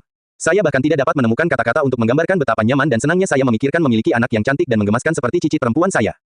Pak Tua, keputusannya belum keluar. Jangan senang dulu, Xiao Luo mengingatkan sambil tersenyum. Bai Guoxiong merentangkan tangannya dan menjawab, apakah masih ada keraguan mengenai hasil sidang ini? Hak asuh Xiaobei pasti akan jatuh ke tangan kita. Bai Ying, Bai Suenan, dan Yu Yasi semuanya tersenyum. Su Xiaobei adalah bagian dari keluarga Bai, dan darah merekalah yang mengalir melalui nadinya. Sudah jelas bahwa hak asuh harus diberikan kepada mereka, hal ini tidak diragukan lagi. Xiao Luo mengangkat alis dan tersenyum, tapi tidak berkata apa-apa lagi. Sejujurnya, apapun hasilnya, dia siap menerima apapun. Keluarga Bai memang bisa memberi Su Xiaobei lebih banyak cinta dan perhatian dari kakek neneknya, kakek buyutnya, dan banyak kerabat lainnya. Di keluarga Bai, Su Xiaobei pasti akan menjadi putri bona fide yang selalu dikelilingi oleh orang-orang. Tentu saja, jauh di lubuk hatinya, dia cenderung menginginkan gadis kecil itu kembali ke sisi Suli, meskipun egois. Nona Su, apakah ada yang ingin Anda persembahkan? Hakim ketua memberi isyarat agar Suli berbicara. Sebenarnya, dia memberi kesempatan terakhir kepada pihak Suli. Jika mereka masih tidak bisa memindahkannya atau memberikan sesuatu yang lebih persuasif, dia akan memerintahkan hak asuh Su Xiaobei untuk diserahkan ke Bais. Yang mulia, ada sesuatu yang ingin kami sampaikan. Ning Wanxiu berdiri, memberi isyarat kepada asistennya untuk menyerahkan dokumen kepada hakim ketua dan hakim lainnya agar mereka memeriksanya. Yang mulia, dokumen yang Anda pegang saat ini adalah tanda terima pengobatan dari Rumah Sakit Changjiang, Kota Xiahai. Ini bukti Su Jing menjalani perawatan fertilisasi in vitro di Rumah Sakit Changjiang 4 tahun lalu. Stempel Rumah Sakit Changjiang, serta tanda tangan direktur, juga ada di dokumen itu. Bayi tabung, apa maksudnya ini? Bukan hanya juri ketua dan juri yang terkejut, bahkan Xiao Luo, Bai Guoxiong, dan mereka yang duduk di galeri pun bingung. Ning Wanxiu melanjutkan, Yang mulia, sebenarnya Su Xiaobei bahkan bukan putri Bai Yukuan. Mereka tidak berbagi darah yang sama. Klien saya sudah dengan jelas memberitahunya tentang hal itu di kota Xiahai, tetapi dia tidak mempercayainya dan dengan paksa membawa Su Xiaobei pergi. Kamu bajingan, apa yang sedang kamu bicarakan? Bagaimana mungkin Su Xiaobei tidak menjadi Bai? Bai Guoxiong tiba-tiba berdiri untuk menyerang Ning Wanxiu. Dia menghabiskan waktu berhari-hari menyayangi boneka kecil ini, hanya untuk diberitahu bahwa dia bukan cicitnya. Sulit baginya untuk menerima hal ini. Gedebuk, gedebuk. Hakim ketua mengetukkan palunya beberapa kali dan terbatuk-batuk sambil berkata, mohon tetap diam, Tuan Bai. Anda berada di pengadilan. Bai Ying dan yang lainnya mendesaknya untuk melakukan hal yang sama, dan butuh beberapa waktu sebelum mereka menenangkan Bai Guoxiong. Xiao Luo, sebaliknya, mengerutkan kening dalam-dalam, karena penyebutan Rumah Sakit Changjiang ini memunculkan beberapa kenangan buruk baginya. Dia berada di tahun pertama ketika Zhang Dasan mendatanginya dengan poster promosi dari rumah sakit, mendesaknya untuk melakukan sesuatu yang mengejutkan untuk menyempurnakan proyek genom manusia. Dia pernah mendengar tentang proyek genom manusia. Dimulai pada tahun 1990, proyek ini bertujuan untuk memecahkan kode sekitar 25.000 genom dalam tubuh manusia. Pada saat yang sama, hal ini akan memetakan cetak biru genom manusia. Dengan cara ini, mereka akan mampu mengendalikan dan menyembuhkan sepenuhnya penyakit genetik, dan bahkan dapat membantu orang yang diamputasi menumbuhkan anggota tubuh baru. Itu adalah proyek mulia yang memungkinkan semua organ dalam tubuh manusia tumbuh kembali. Bahkan ada yang bisa mengatakan bahwa Jurassic Park tidak lagi hanya menjadi cerita fiksi ilmiah. Dan yang harus mereka lakukan adalah ini, menyumbangkan sperma mereka. Xiao Luo langsung menolaknya. Proses donor sperma melibatkan aktivitas yang harus dirahasiakan. Dia adalah orang yang cukup konservatif, jadi dia tidak mau terlibat dalam aktivitas seperti itu. Zhang Dasan, sebaliknya, berbeda. Dia mengatakan bahwa ada banyak perawat seksi di rumah sakit Changjiang, dan pikiran bejatnya memikirkan bagaimana perawat seksi itu dapat membantunya. Pada akhirnya, dia menyerah pada gangguan Zhang Dasan. Dia tidak bisa mengatakan bahwa dia telah menyerah pada bujukan Zhang Dasan. Lebih tepatnya, dia tidak bisa menahan godaan uang. Selama dia lulus pemeriksaan fisik dan mendonorkan spermanya, yang menantinya adalah hadiah uang tunai 2.000 yuan. Selain itu, ini akan dirahasiakan selamanya. Saat itu, ayahnya sedang membangun sebuah peternakan, yang secara teknis merupakan investasi wirausaha. Pengeluaran keluarga terlalu tinggi, sehingga dia hanya mendapat uang saku sebesar 500 yuan setiap bulan.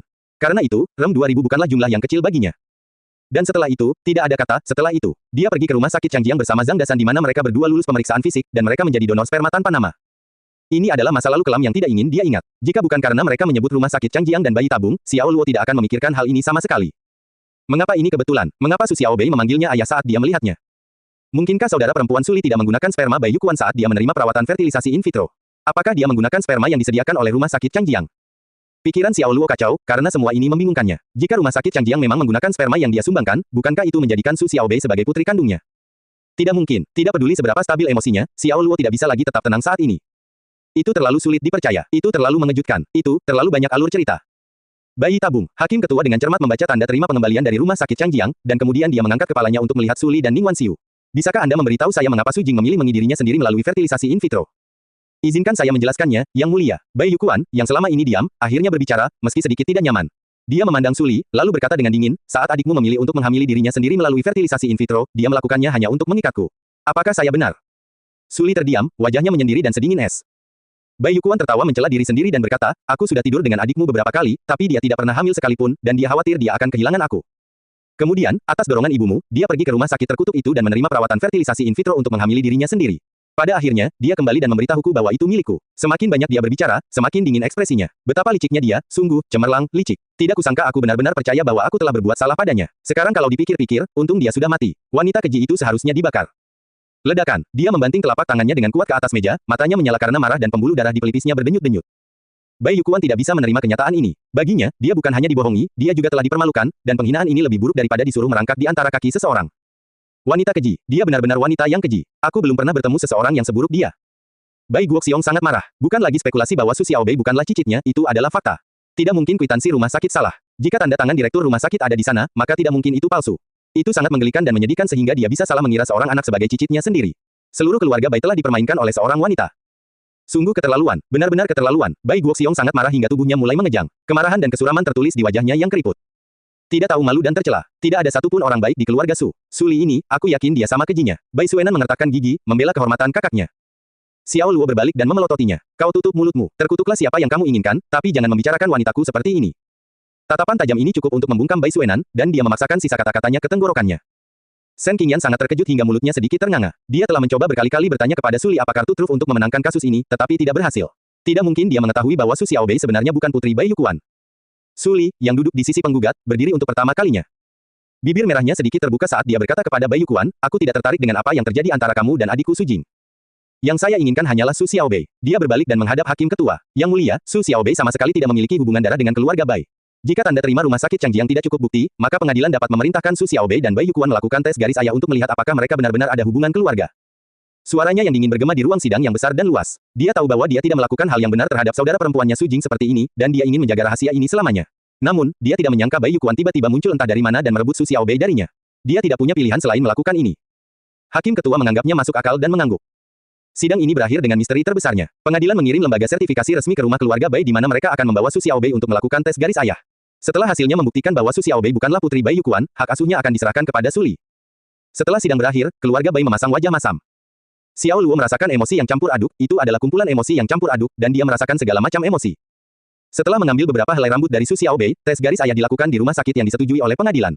Sementara itu, setelah Suli dan keluarga Bai pergi, Xiao Luo diam-diam menyerahkan helaian rambutnya bersama Su Xiaobei untuk tes garis ayah. Karena ini mendesak, dia akan mendapatkan hasilnya dalam 3 hari. Keluarga Bai semua menunggu di koridor panjang rumah sakit. Mereka masih sedikit berharap bahwa Su Xiaobei adalah bagian dari keluarga mereka, tetapi hasil tes garis ayah membunuh segala harapan yang mereka simpan. Menurut hasil tes DNA, Su Xiaobei dan Bai Yuquan tidak memiliki hubungan darah sama sekali. Mereka bukan ayah dan anak, dokter melaporkan hasil tesnya dengan jelas. Di sisi lain, laporan yang diterima Xiao Luo menunjukkan bahwa dia dan Su Xiaobei memiliki hubungan darah. Dengan kata lain, dia adalah ayah kandung Su Xiaobei.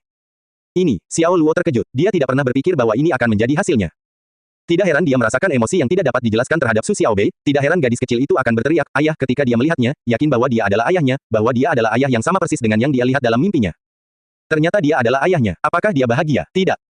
Apakah dia emosional? Tidak. Xiao Luo tidak punya kata-kata untuk merangkum dengan tepat apa yang dia rasakan, pada akhirnya, ini adalah tanggung jawab lain yang harus dipikul. Dia tidak bisa tidak kagum dengan betapa kacaunya dunia ini. Seperti yang biasa dikatakan Zhang Dasan, dunia ini sedang kacau. Sudah terlambat ketika pengadilan mengeluarkan hasil litigasinya. Xiao Luo sedang mengendarai mobilnya, membawa Suli dan Shen Qingyan ke halaman depan rumah keluarga Bai. Bai Yuquan memegang tangan Su Xiaobei, dan mereka telah lama menunggu di sana. Dibandingkan dengan bagaimana dia lepas kendali di pengadilan, Bai Yuquan kini telah kembali normal. Dia kembali menjadi halus dan anggun, seolah tidak terjadi apa-apa. Tentu saja, Bai Guoxiong, Bai Ying, dan yang lainnya tidak hadir. Mama, ayah, saat melihat Xiao Luo dan Suli, Su Xiaobei segera melepaskan tangan Bai Yuquan dan berlari ke arah mereka berdua seperti peri kecil yang bahagia. Suli berjongkok dan memeluk gadis kecil itu erat-erat. Dia tidak bisa menahan emosinya lagi, dan dia menangis dalam diam. Sebaliknya, gadis kecil itu sangat gembira. Dia memeluk ibunya, Suli, dan dia tidak lupa memiringkan kepalanya untuk berkedip ke arah Xiao Luo. Xiao Luo melangkah maju dan mengulurkan tangan untuk membelai kepala kecilnya dengan lembut. Sudah kubilang sebelumnya, Tuan Xiao Luo, bahwa aku akan menerima hasilnya apa adanya, tidak peduli apapun itu. Bawa Xiaobei bersamamu. Dia mungkin bukan putriku, tapi dia sungguh menggemaskan. Seluruh keluarga kami sangat memujanya, kata Bai Yuquan sambil tersenyum. Kamu pria yang baik, Xiao Luo memuji pria ini dengan tulus, dari lubuk hatinya. Jika itu orang lain, mereka mungkin sudah kehilangan akal saat ini.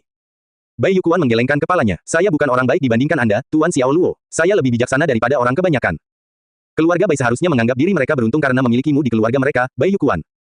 Sudut bibir Xiao Luo melengkung membentuk senyuman. Kalau bukan karena Bai Yuquan, dia mungkin sudah memusnahkan Bai dalam perjalanannya ke Jingcheng kali ini. Bai Yuquan bisa membaca yang tersirat. Dia terkejut dan segera mengubah topik pembicaraan, berkata, apa yang saya katakan sebelumnya masih berlaku, Tuan Xiao Luo. Keluarga Bai akan selalu membuka pintunya lebar-lebar untuk Tuan Xiao Luo, dan saya harap kami bisa menjadi teman sejati. Aku menghargai ketulusanmu, tapi kita harus berpisah. Xiao Luo menolak pria itu dengan singkat. Karena mereka telah menerima Su Xiaobei, tidak ada alasan untuk tinggal di Jingcheng lebih lama lagi. Maka mereka segera memesan tiket pesawat dan terbang kembali ke Xiahai pada tengah malam. Karena hari sudah larut, Su Xiaobei tertidur di pangkuan Xiao Luo tak lama setelah naik ke pesawat. Melihat wajahnya yang damai dan seperti bidadari, hati Xiao Luo dipenuhi dengan kasih sayang. Suli, yang duduk di sudut, mengenakan penutup mata dan beristirahat. Wajahnya yang dingin namun anggun memang tak terbantahkan kecantikannya, apalagi bibirnya yang kecil membuat imajinasi seseorang menjadi liar. Sayang, aku punya saran yang belum matang untukmu. Xiao Luo ragu-ragu sejenak, lalu berbalik dan berbisik padanya. Suli tidak melepas topengnya dan dengan lemah menjawab, apa sarannya? Kami sudah menikah. Meskipun Xiaobei bukan putri kandung kami tetap memperlakukannya seperti itu. Kami berdua pasti akan membesarkannya seumur hidupnya. Namun, ketika dia besar nanti, dia akan menyadari bahwa setiap orang memiliki nama keluarga yang sama dengan ayahnya, namun dia memiliki nama keluarga yang sama dengan ibunya. Dia pasti akan menanyakan pertanyaan ini kepada kita ketika saatnya tiba. Bukankah begitu? Xiao Luo berkata dengan jelas. Mendengar ini, Suli melepas penutup matanya dan menatap Xiao Luo dengan mata indahnya, memahami inti dari apa yang direncanakan Xiao Luo. Xiao Luo melanjutkan, saya pikir kita bisa menghindari masalah canggung ini sebelumnya. Jika kita mengubah nama keluarga Xiaobei menjadi namaku, dia tidak akan memiliki pertanyaan seperti itu di masa depan. Ubah ke nama keluargamu, Xiaobei. Alis Suli berkerut. Setelah mempertimbangkannya beberapa saat, dia langsung menolaknya. Jika nama belakangnya diubah menjadi Xiao, namanya tidak akan terdengar bagus saat diucapkan. Kita bisa mengubah namanya. Xiaobei akan menggunakannya sebagai nama panggilan, saran Xiao Luo penuh semangat. Jadi, nama apa yang sudah kamu pilih untuknya? Suli bertanya. Xiao Luo menggelengkan kepalanya dan tersenyum. Belum, saya bilang itu adalah saran yang tidak matang. Memang benar, dia masih belum tahu, dan itu hanya pemikiran yang tiba-tiba. Bahkan jika dia ingin mengganti namanya, dia tidak bisa mengubahnya secara sembarangan. Selain namanya sendiri yang terdengar bagus, dia juga harus mencari peramal untuk memeriksa waktu lahir Su Xiaobei dan memastikan apakah itu cocok. Kita bisa membicarakannya setelah kamu memikirkannya dengan matang, kata Suli sambil mengenakan kembali topengnya dan menutup matanya untuk beristirahat. Jadi kamu tidak keberatan? Xiao Luo bertanya, terkejut. Suli menatapnya beberapa saat sebelum menjawab, mengapa saya keberatan? Dulu, dia masih lajang, tapi sekarang, dia menikah dengan pria yang dia hargai dan cintai. Jadi dia pikir cukup baik bagi Su Xiaobei untuk mengubah nama keluarganya menjadi Xiao. Bagaimanapun, dia akan memiliki anak dengan Xiao Luo di masa depan, dan anak itu secara alami akan mengikuti nama keluarga Xiao Luo. Mereka tidak bisa membiarkan Su Xiaobei menjadi berbeda, bukan? Jika itu masalahnya, bukankah mereka akan memberitahu Su Xiaobei dengan jujur bahwa dia bukan putri kandung mereka? Xiao Luo mengangkat alisnya, selama kamu tidak keberatan. Suli terdiam beberapa saat sebelum dia bertanya, ragu, mengapa kamu tiba-tiba mengatakan itu? Kenapa dia tiba-tiba mengatakan ini? Karena Su Xiaobei adalah putri kandungku, jawab Xiao Luo. Itu adalah rahasia yang sangat sulit untuk dijaga. Namun, dia tidak berani mengucapkan kata-kata tersebut. Meskipun itu bukan sesuatu yang bisa dia kendalikan, faktanya Su Xiaobei adalah anaknya dan saudara perempuan Suli, Su Jing. Jika Suli mengetahui hal ini, bagaimana perasaannya? Bagaimana dia menghadapi hubungan yang aneh seperti itu? Lebih baik menghindari masalah yang tidak perlu kali ini, dan menurutnya hasilnya cukup bagus sekarang. Dia mempertimbangkan untuk membicarakan hal itu dengan Suli di masa depan. Dia tersenyum dan menjawab, ini bukan ide yang tiba-tiba. Saya sudah memikirkan hal ini sejak lama. Sekarang saatnya meminta pendapat Anda. Suli sedikit menganggukkan kepalanya, menganggap apa yang dikatakan Xiao Luo masuk akal. Kemudian, dia mengeluarkan masker mata dari tasnya dan berkata kepada Xiao Luo, apakah kamu menginginkannya? Tentu saja, bantu aku memakainya. Xiao Luo mencondongkan tubuh ke depan padanya. Suli memelototinya dengan bibir cemberut dan membantunya memakainya. Sepertinya aku telah menjadi roda ketiga dengan gemilang. Ketika Shen Qingyan baru saja membuka matanya setelah tidur siang, dia kebetulan melihat pemandangan ini dan tidak bisa menahan nafas lega. Nona Shen, saya sangat bangga dengan Anda karena Anda memiliki kesadaran seperti itu. Xiao Luo tersenyum. Shen Yanyan sangat marah dengan hal ini. Dia memarahi, Xiao Luo, kamu beset lalu menutup matanya lagi dan menoleh. Suli membela sahabatnya dan mengulurkan tangan untuk mencubit pinggang Xiao Luo. Ketika dia kembali ke Xiahai, waktu sudah lewat jam 1 pagi. Shen Qingyan memanggil sopir untuk menjemputnya. Apakah kamu tidak akan tinggal di apartemenku? Suli bertanya padanya. Tidak, jangan repot-repot, atau seseorang akan mengatakan bahwa saya tidak cukup sensitif. Shen Qingyan menatap Xiao Luo dengan penuh arti. Xiao Luo memeluk Su Xiaobei yang sedang tidur dan pura-pura tidak mendengar apapun. Ketika mereka kembali ke apartemen Crescent Bay, Xiao Luo menempatkan Su Xiaobei di tempat tidurnya. Lalu dia berbalik dan memeluk pinggang ramping Suli. Dia terkekeh. Sayang, ini sudah larut. Kita harus istirahat. Suli tersipu. Dia pasti tahu apa yang dipikirkan Xiao Luo, jadi dia berkata dengan nada tegas, kembali ke apartemenmu dan tidur. Kami adalah pasangan yang sudah menikah sekarang. Mengapa kita perlu tidur terpisah? Xiao Luo tidak mau membuang-buang napas padanya. Dia menggendongnya seperti seorang putri. Sejujurnya, setelah merasakan cita rasa seorang wanita, Xiao Luo telah membayangkan tubuh istrinya, Suli, lebih dari sekali. Dia membayangkan adegan dia berhubungan seks dengan istrinya. Ini bukan penyimpangan, tapi reaksi pria normal. Setelah lama berpisah, Xiao Luo tidak bisa lagi mengontrol hormon di tubuhnya. Kamu harus mandi dulu. Ketika Xiao Luo membaringkannya di tempat tidur, jantung Suli mulai berdebar kencang saat dia dengan lembut meletakkan tangannya di dada Xiao Luo. Wajahnya merah. Xiao Luo mengendus tubuhnya dan mencium bau keringat. Kalau begitu ayo mandi bersama. Kamu duluan, kata Suli dengan suara yang nyaris tak terdengar. Jangan malu, kami sudah melihat tubuh satu sama lain. Ayo pergi bersama, sayang. Tidak, jika kamu tidak mandi, aku tidak akan mengizinkanmu menyentuhku, jawab Suli tegas. Baik-baik saja maka, Xiao Luo hanya bisa menahan keinginannya untuk sementara dan pergi ke kamar mandi. Suli tidak masuk ke kamar mandi sampai dia selesai mencuci, dan dia bahkan mengunci pintu kamar mandi. Dia sebenarnya masih waspada terhadapku. Xiao Luo mau tidak mau menganggapnya lucu. Saat Suli keluar dari kamar mandi, dia sudah mengenakan baju tidur sutra putih bening. Sosoknya yang halus dan langsing dengan lekuk tubuh yang indah dan kulit yang halus dan cerah ditampilkan dengan jelas di bawah cahaya redup, yang membuatnya terlihat begitu diinginkannya sedikit bergetar ketika dia menurunkan tubuhnya. Ada karpet di lantai. Bibi Li sering membersihkannya. Suli tidak memakai sepatu dan menginjak karpet dengan kaki telanjang seperti bunga teratai yang muncul dari air. Dia sangat cantik. Meskipun Xiao Luo memiliki kemauan yang kuat, daya tarik Suli masih membuatnya gila. Matikan lampu. Meskipun dia adalah pria yang dinikahinya, Suli masih merasa malu di bawah tatapan Xiao Luo. Xiao Luo mengikuti instruksi Suli dan mematikan lampu samping tempat tidur.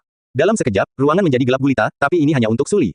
Sistem tersebut telah memperkuat tubuh Xiao Luo. Di lingkungan yang gelap ini, jarak pandangnya mencapai sekitar 50%. Suli sangat akrab dengan kamar tidurnya, sehingga mudah baginya untuk mencapai sisi tempat tidur.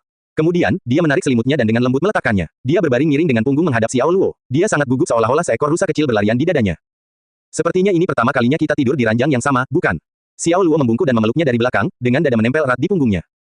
Ya, pipi Suli terasa panas saat dia menjawab dengan suara yang hampir tak terdengar. Dia membiarkan dirinya dipeluk oleh pria itu saat jantungnya berdebar kencang. Dia mundur dan bergumam, ayo istirahat. Melihat Suli tersipu, Xiao Luo tidak bisa menahan diri untuk tidak menggodanya, sayang, bisakah kamu tidur sekarang?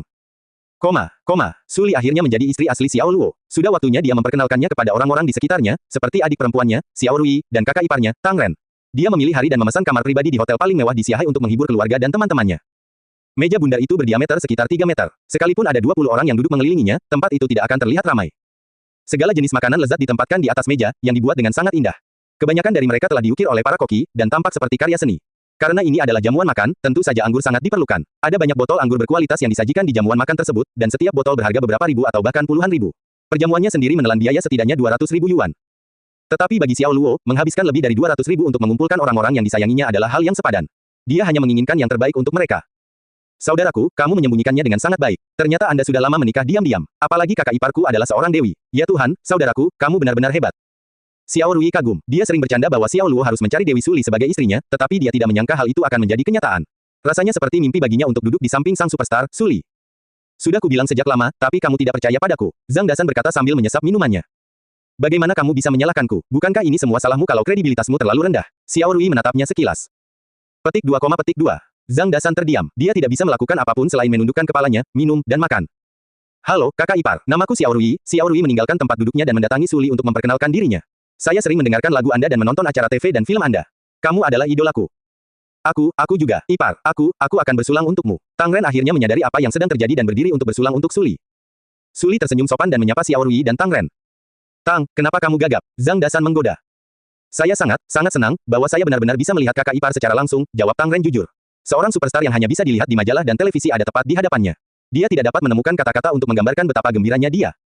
Zhang Dasan mencemooh, Cek, lihat dirimu. Bagaimana Rui bisa jatuh cinta padamu? Jadi, apakah kamu ingin dia menyukaimu? Saat ini, Cai Ziying, yang selama ini diam, mencubit telinga kirinya dan berkata dengan nada mengancam, dengan penampilanmu, serta kebiasaan burukmu, selalu berbicara kasar. Hanya aku, Cai Ziying, yang tidak bisa menyukaimu. Ying, jangan terlalu jahat. Semua orang menonton. Simpan sedikit muka untuk pria Anda. Lepaskan telingaku. Jadilah baik. Zhang Dasan segera ketakutan. Semua orang tertawa. Xiao Luo juga tidak bisa menahan tawa. Dia tidak pernah menyangka Zhang Dasan dan Cai Ziying akan bersama. Sedangkan untuk kedua pria tersebut, setelah dia pergi ke Rinishan, Lokakarya Luo menjalin kemitraan dengan Sumir dan mengerjakan berbagai aktivitas yang meningkatkan hubungan mereka. Suatu hari, Zhang Dasan minum terlalu banyak dan berhubungan seks dengan Cai Ziying, jadi wajar saja jika mereka bersama. Mengingat apa yang dikatakan Zhang Dasan kepada Cai Ziying ketika mereka pertama kali bertemu di kota Jiang tahun lalu, Xiao Luo ingin mengatakan sesuatu untuk mengolok-oloknya, tapi dia membiarkannya pergi setelah memikirkannya. Lao Xiao, dulu, aku sama sekali tidak percaya pada takdir. Sekarang, saya melakukannya. Zhang Dasan memeluk Cai Ziying dan melanjutkan, adapun Ying, semakin saya melihatnya, semakin saya merasa bahwa dia terlihat seperti peri. Seperti pepatah, kotoran seseorang adalah harta bagi orang lain. Suasana di dalam ruangan sedikit berubah. Cai Ziying tersipu dan mencubit pinggang Zhang Dasan. Dasar celaka, omong kosong apa yang kamu ucapkan? Diam, atau aku akan merobek mulutmu. Bagaimana dia bisa begitu tidak tahu malu? Zhang Dasan, berhentilah menggunakan bahasa kotor. Ada waktu dan kesempatan yang tepat untuk menceritakan lelucon, atau hal itu akan mengganggu orang lain. Xiao Rui memelototi Zhang Dasan. Itu benar, itu benar. Tang Ren menganggukkan kepalanya tanpa henti. Saudara San, kamu luar biasa. Anda benar-benar ahli dalam hal itu. Saya terkesan. Su Chanye tidak bisa menahan tawa dan mengacungkannya. Betapa vulgarnya, Shen Qingyan berkomentar dengan ringan. Hanya Su Xiaobei, yang tidak mengerti apa yang dibicarakan Zhang Dasan, duduk di antara Xiao Luo dan Su Li sambil makan bubur malt dengan sendok. Mulutnya dipenuhi makanan saat dia mengedipkan matanya.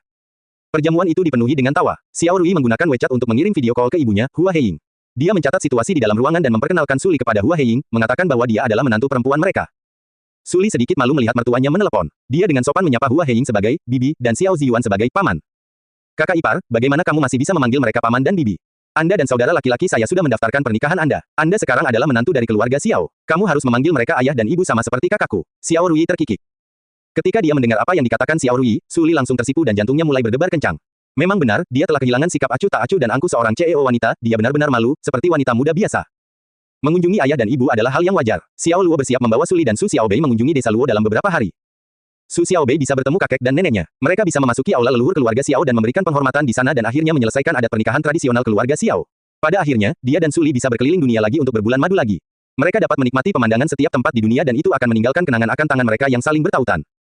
Teleponnya tiba-tiba berdering ibunya, Hua Heying, yang menelepon. Xiao Luo mengangkatnya. Dia mendengar ibunya bertanya, kapan kamu putus dengan Si Ying?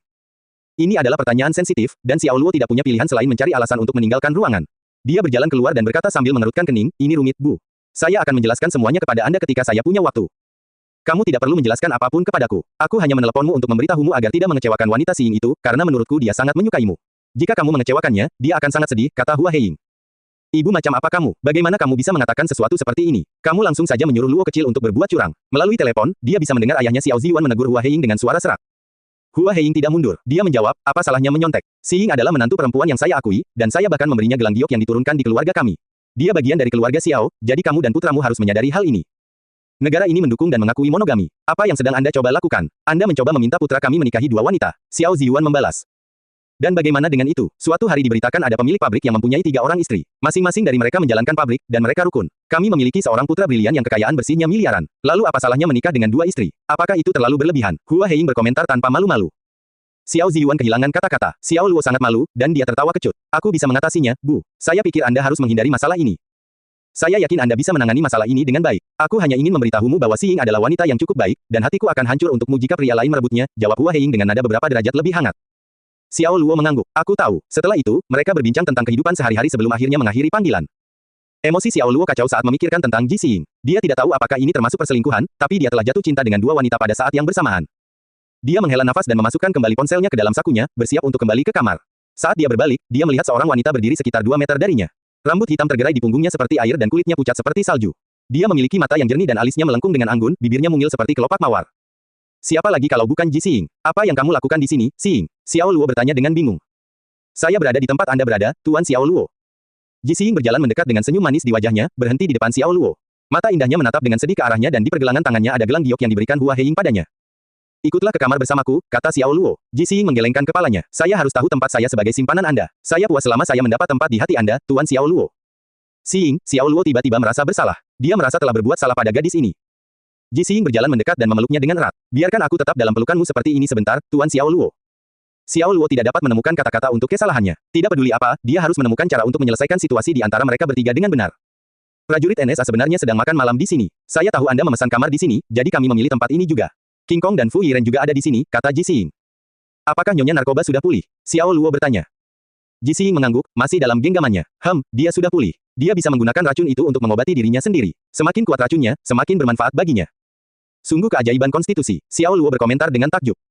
Ji Xing terdiam beberapa saat, lalu dia memujinya, dia memiliki keajaiban konstitusi, tetapi Anda, Tuan Xiao Luo, Anda adalah seorang pria yang luar biasa.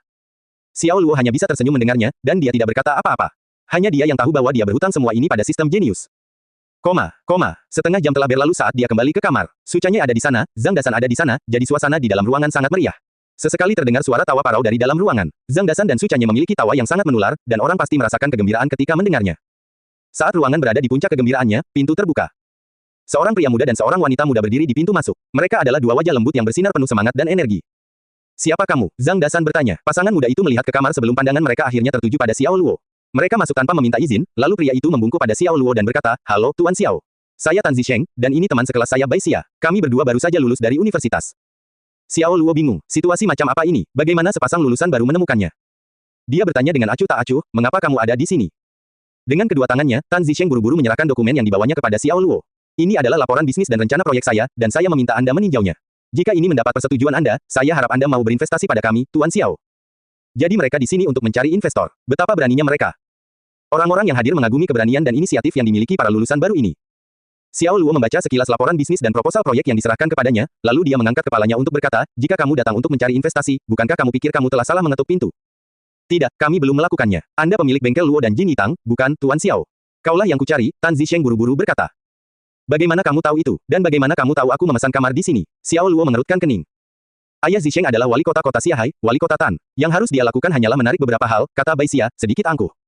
Tan Zisheng pucat pasi. Bai Xia, dia menggelengkan kepalanya, memberi isyarat agar dia tidak membuka mulutnya. Bai Xia mengerucutkan bibirnya, tidak terlalu memikirkannya. "Jadi, Anda adalah putra wali kota. Di mana sopan santunku?" Xiao Luo tersenyum, tapi dia tidak merasa terlalu senang dengan hal ini. Dia tidak pernah benar-benar banyak berinteraksi dengan wali kota kota Xiahai, tetapi pria itu memutuskan untuk menggali lebih dalam tentang Xiao Luo, dan dia bahkan telah mengetahui di mana tepatnya dia akan berada. Bukan pertanda baik bahwa pria itu mengirim putranya untuk menampilkan dirinya tepat di depan Xiao Luo.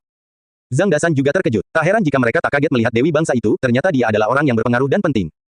"Tidak, Tuan, Xiao Luo. Ayah saya adalah ayah saya, dan saya adalah saya. Di hadapan Anda, saya tidak lebih dari seorang lulusan baru yang dengan sungguh-sungguh meminta Anda berinvestasi dalam proyek saya," kata Tan Zisheng dengan nada yang sangat rendah hati dan ramah. Xiao Luo membuka lagi laporan bisnis dan proposal proyek mereka, melihat sekilas lagi. Dia kemudian berkata, "Tak satu pun dari Anda memiliki pengalaman kerja yang relevan. Laporan ini dan proposal ini, apakah Anda menulisnya hanya sekedar dugaan?" Mendengar ini, Bai Xia menjadi gelisah. Dia melangkah maju untuk mengatakan, "Kami lulus dari universitas bergengsi, salah satu universitas penting di bawah proyek 911 di negara ini." Xiao Luo melambaikan tangan dan memotongnya dengan singkat. "Jelas sekali kalian berdua mencurahkan banyak darah, keringat, dan air mata untuk ini, tapi sayang sekali kalian mencurahkan semua energi itu untuk ini. Tanpa pengalaman kerja yang relevan, laporan bisnis Anda didasarkan pada apa? Imajinasimu." Dia memandang Tan Zisheng. "Seseorang mungkin membimbing Anda saat Anda menulis laporan ini, bukan? Penulisannya terlalu konservatif, dan metodenya terlalu basi. Tampaknya tidak sebanding dengan semangat dan energi yang Anda miliki sebagai seorang fresh graduate. Saya berani mengatakan bahwa ahli yang memberikan materi dan bimbingan kepada Anda untuk menyelesaikan laporan ini minimal berusia 50 tahun.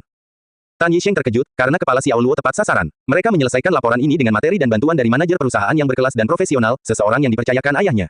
Dia akan berusia 52 tahun ini, dan dia saat ini berada di puncak karirnya, saat paling makmur. Bai Xia, yang berdiri di sampingnya, sangat marah. Dia telah mencurahkan begitu banyak upaya untuk laporan ini, hanya saja Xiao Luo menolaknya. Dia tidak bisa tetap tenang dalam hal ini. "Apa yang memberimu hak untuk mengatakan ini? Ini adalah hasil kerja keras kami. Tahukah Anda berapa malam kami begadang hanya untuk membuat 2 laporan ini?" Dia menatap tajam ke arah Xiao Luo. "Apa yang memberinya hak? Ini tidak cocok dengan Zhang Dasan." Dia mendengus, lalu berkata, "Hei, gadis kecil, kalian berdua perlu meluruskan satu hal. Kami bergembira dan menikmati makanan di sini, dan kalian berdua yang menerobos masuk, meminta orang baik saya di sini untuk meninjau laporan sampah Anda dan mengomentarinya. Apa, kamu marah hanya karena dia tidak memujimu? Menurutmu laporanmu ini adalah yang terbaik di dunia?" Rasa malu Bai Xia berubah menjadi kemarahan, dan dia mengarahkannya pada Zhang Dasan. "Siapa kamu? Kamu pikir kamu siapa? Berhentilah bicara." Dia adalah tipikal anak orang kaya, manja dan kurang ajar. Menurutku aku ini siapa? Zhang Dasan hampir geli. Nona muda, dulu ketika saya mengambil kendali lokakarya Luo, saya bergabung dengan kompetisi manajemen profesional internasional, dan saya mendapat peringkat 50 karena suatu keberuntungan. Anda bertanya kepada saya, menurut saya siapa yang akan membuka mulut saya di sini? Anda memberitahu saya apa yang telah Anda capai sebelum Anda berbicara kepada saya seperti ini. Namamu berarti, musim panas ya, lebih mirip gelandangan.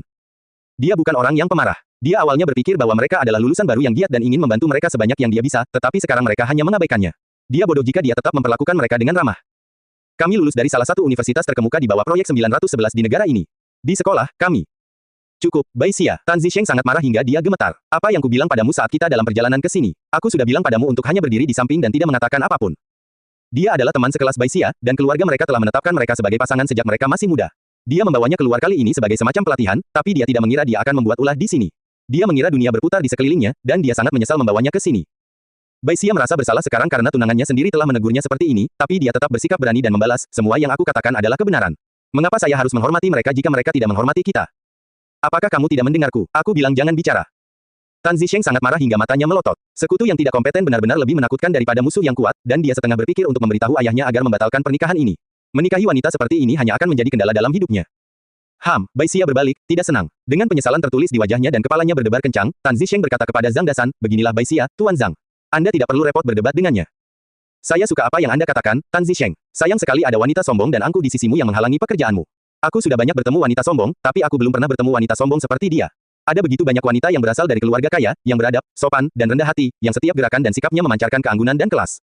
Maaf untuk mengatakan ini, tapi saya tidak melihat semua itu pada dirinya, kata Zhang Dasan. Dasar gendut, sebaiknya hati-hati, atau aku akan suruh seseorang meretasmu sampai mati. Bai Xia sangat marah. Dia belum pernah dihina seperti ini sepanjang hidupnya. Sangat gemuk. Hal ini mengejutkan Zhang Dasan, dan wajahnya langsung menjadi gelap. Tan Zisheng melihat segalanya meningkat dengan cepat. Dengan panik, dia mengangkat tangan dan mengayunkannya ke wajah Bai Xia, aku bilang diam. Bai Xia kaget dengan tamparan itu. Matanya berair dan dia menatap dengan kecewa pada Tan Zisheng yang marah. Udara di dalam ruangan langsung berubah menjadi buruk. Shen Qingyan, Su Li, dan yang lainnya mengerutkan kening. Mereka semua awalnya mengira mereka berdua ada di sini untuk benar-benar mencari bimbingan, tetapi seiring berjalannya waktu, terbukti bahwa mereka berdua memiliki masalah yang harus diselesaikan. Mereka benar-benar telah merusak suasana pesta makan malam. Bisakah Anda memberitahu saya apa itu laporan bisnis? Xiao Luo mengangkat kepalanya dan bertanya dengan dingin sambil menghibur Su Xiaobei. Tuan, laporan bisnis adalah. Aku ingin dia menjawab, sela Xiao Luo. Dia mengangkat tangan dan menunjuk Bai Xia yang sedang menyusui pipi kirinya. Apakah kamu menanyaiku? Saya siswa terbaik di sekolah administrasi bisnis, dan menurut Anda pertanyaan sederhana seperti itu dapat membuat saya bingung. Bai Xia meludah dengan gigi terkatup. Baginya, semua orang di ruangan itu kini tak lebih dari debu. Laporan bisnis merupakan dasar penting bagi investor untuk memastikan apakah mereka ingin berinvestasi dalam suatu proyek. Ini menganalisis berbagai faktor termasuk latar belakang proyek, lingkungan makro, industri terkait, prospek pengembangan, sumber daya dan kapasitas, studi rinci tentang pasar, dan perkiraan nilai proyek. Analisis tersebut mencerminkan indikator ekonomi proyek. Laporan bisnis adalah kesimpulan ilmiah, objektif, dan komprehensif. Cukup bagus. Tampaknya Anda memang telah melakukan pekerjaan itu. Namun, Anda tidak memiliki pengalaman terkait di bidang ini, dan Anda bahkan tidak memiliki pengalaman paling mendasar dalam manajemen. Selain itu, Anda sama sekali tidak terlibat dalam riset pasar, bukan? Struktur laporan ini tampak seperti template yang dapat diunduh dari internet, dan angka-angka di dalamnya tidak realistis. Mereka hanya disalin dari perusahaan, oleh ahli yang memandu Anda melalui hal ini. Data virtual atau lokal hanya dapat digunakan sebagai referensi dan bukan sebagai gambaran akurat dari angka sebenarnya. Laporan bisnis yang dibuat dengan data seperti itu tidak lebih dari sekedar omong kosong, tidak ada gunanya sebagai referensi. Ini bukanlah sebuah laporan, melainkan tumpukan kertas bekas. Harganya jauh lebih murah dibandingkan kertas A4 yang tidak terpakai. Lagi pula, Anda masih bisa mencetak kata-kata di kertas A4 yang tidak terpakai. Kata-kata Xiao Luo tepat karena dia mengurangi nilai laporan itu tanpa ragu-ragu. Jika bukan karena dia lebih ramah dan pengertian kepada mereka karena mereka adalah lulusan baru, dia pasti sudah lama menginstruksikan agar mereka diantar keluar. Dia baik hati ketika meninjau laporan mereka, namun mereka tidak menghargainya, tapi tidak apa-apa. Jika mereka berani bersikap sombong dan membuat keributan di sini, maka mereka harus bersiap untuk dihajar. Mendengar penilaian Xiao Luo atas laporannya, wajah Tan Zisheng menjadi merah karena dia tidak bisa memberikan bantahan apapun. Dia terkesan dengan analisis cepat Xiao Luo dan dia tahu sekilas bahwa data mereka tidak berasal dari riset pasar tetapi disalin dari tempat lain. Namun, Bai Xia tidak menanggapinya dengan baik, dan kata-kata Xiao Luo memprovokasi dia untuk mengambil sikap defensif. Ada banyak pebisnis jenius di dunia, dan mereka tidak memerlukan pengalaman yang relevan untuk menyusun laporan bisnis yang sangat realistis. Dia membentak. Apakah begitu? Dan menurutmu apakah kamu salah satunya? Xiao Luo tertawa dingin dan melemparkan kedua laporan itu ke mejanya. Kalau begitu katakan padaku, bisakah kamu menjadi 3 besar di jurusanmu dalam hal hasil? Saya, Bai Xia sesaat kehilangan kata-kata, karena hasilnya selalu berada di sekitar nilai rata-rata. Xiao Luo meliriknya dan menambahkan, semua yang disebut jenius bisnis yang lulus dari sekolah manajemen top dunia akan mengambil magang atau bekerja untuk mendapatkan pengalaman yang relevan. Jadi, apakah kamu sudah melakukannya? Bai Xia tersipu malu, karena dia merasa sulit menanggapi kata-kata Xiao Luo. Dia hampir tidak melakukan upaya apapun untuk meningkatkan prospek pekerjaannya sebelum dia lulus dan menghabiskan lebih banyak waktu untuk kegiatan rekreasi. Namun, dia membenci apa yang dia dengar, dan matanya melotot tajam dan hampir tampak seperti mengeluarkan api. Sekarang, mari kembali ke rencana proyek Anda. Jadi, kalian ingin memulai perusahaan logistik. Proposal bisnis Anda hanya menyatakan bahwa e-commerce kini menjadi mode utama dalam menjalankan bisnis dan menghubungkannya dengan industri logistik yang sedang berkembang. Saya setuju dengan kalian dalam hal itu. Namun rencana proyek Anda tidak mengatasi banyak masalah kritis, dan karenanya, tidak dapat berhasil. Perusahaan logistik berkembang pesat di mana-mana, dan ada banyak raksasa di industri ini seperti ZTO, STO, dan YTO. Jika Anda ingin mendirikan perusahaan logistik baru dan mencoba mengambil risiko, saya punya pertanyaan untuk Anda, berdasarkan apa? Hanya karena Anda lulus dari Universitas Teknik Utama Proyek 911 tidak berarti apa-apa. Atau kalian hanya sedang berhayal? Saya tidak tahu apakah Anda, Tan Zisheng, dapat menahan kesulitan, tetapi saya yakin Nona Baixia pasti tidak bisa. Tahukah Anda bahwa untuk mendirikan perusahaan logistik, Anda harus melakukan sendiri setiap tahapan pengemasan dan pengangkutan pada tahap awal? Apakah dia terlihat mampu melakukan pekerjaan seperti itu? Xiao Luo menolak kedua lamaran tersebut, tapi dia menghargai keberanian Tan Zisheng, jadi dia menahan kritiknya. Dia mengambil laporan itu dan mengembalikannya kepadanya. Itu pendapat saya, singkirkan laporan itu. Meskipun saya memiliki dana untuk investasi, sayangnya saya tidak dapat berinvestasi dalam proyek Anda. Dia berkata. Tan Zisheng mengambil kembali dokumen itu dari Xiao Luo, tetapi dia tidak merasa dendam, meskipun telah berusaha keras untuk mempersiapkannya. Penilaian Xiao Luo yang belak-belakan seperti sambaran petir yang menyambarnya karena menurutnya itu dibuat dengan baik dan akan mendapat pujian tinggi dari bos manapun yang membacanya. Sebelumnya, dia sangat yakin Xiao Luo akan berinvestasi dalam proyek ini tetapi tidak mengharapkan hasil seperti itu. Sungguh mengecewakan, tetapi Xiao Luo menyimpulkan bahwa lamaran mereka adalah sampah. Zisheng, jangan dengarkan dia. Dia sengaja menghina kita, dan dia hanya penipu. Dia hanyalah seorang brengsek dengan prestasi kecil dan mencoba bertindak seperti orang besar.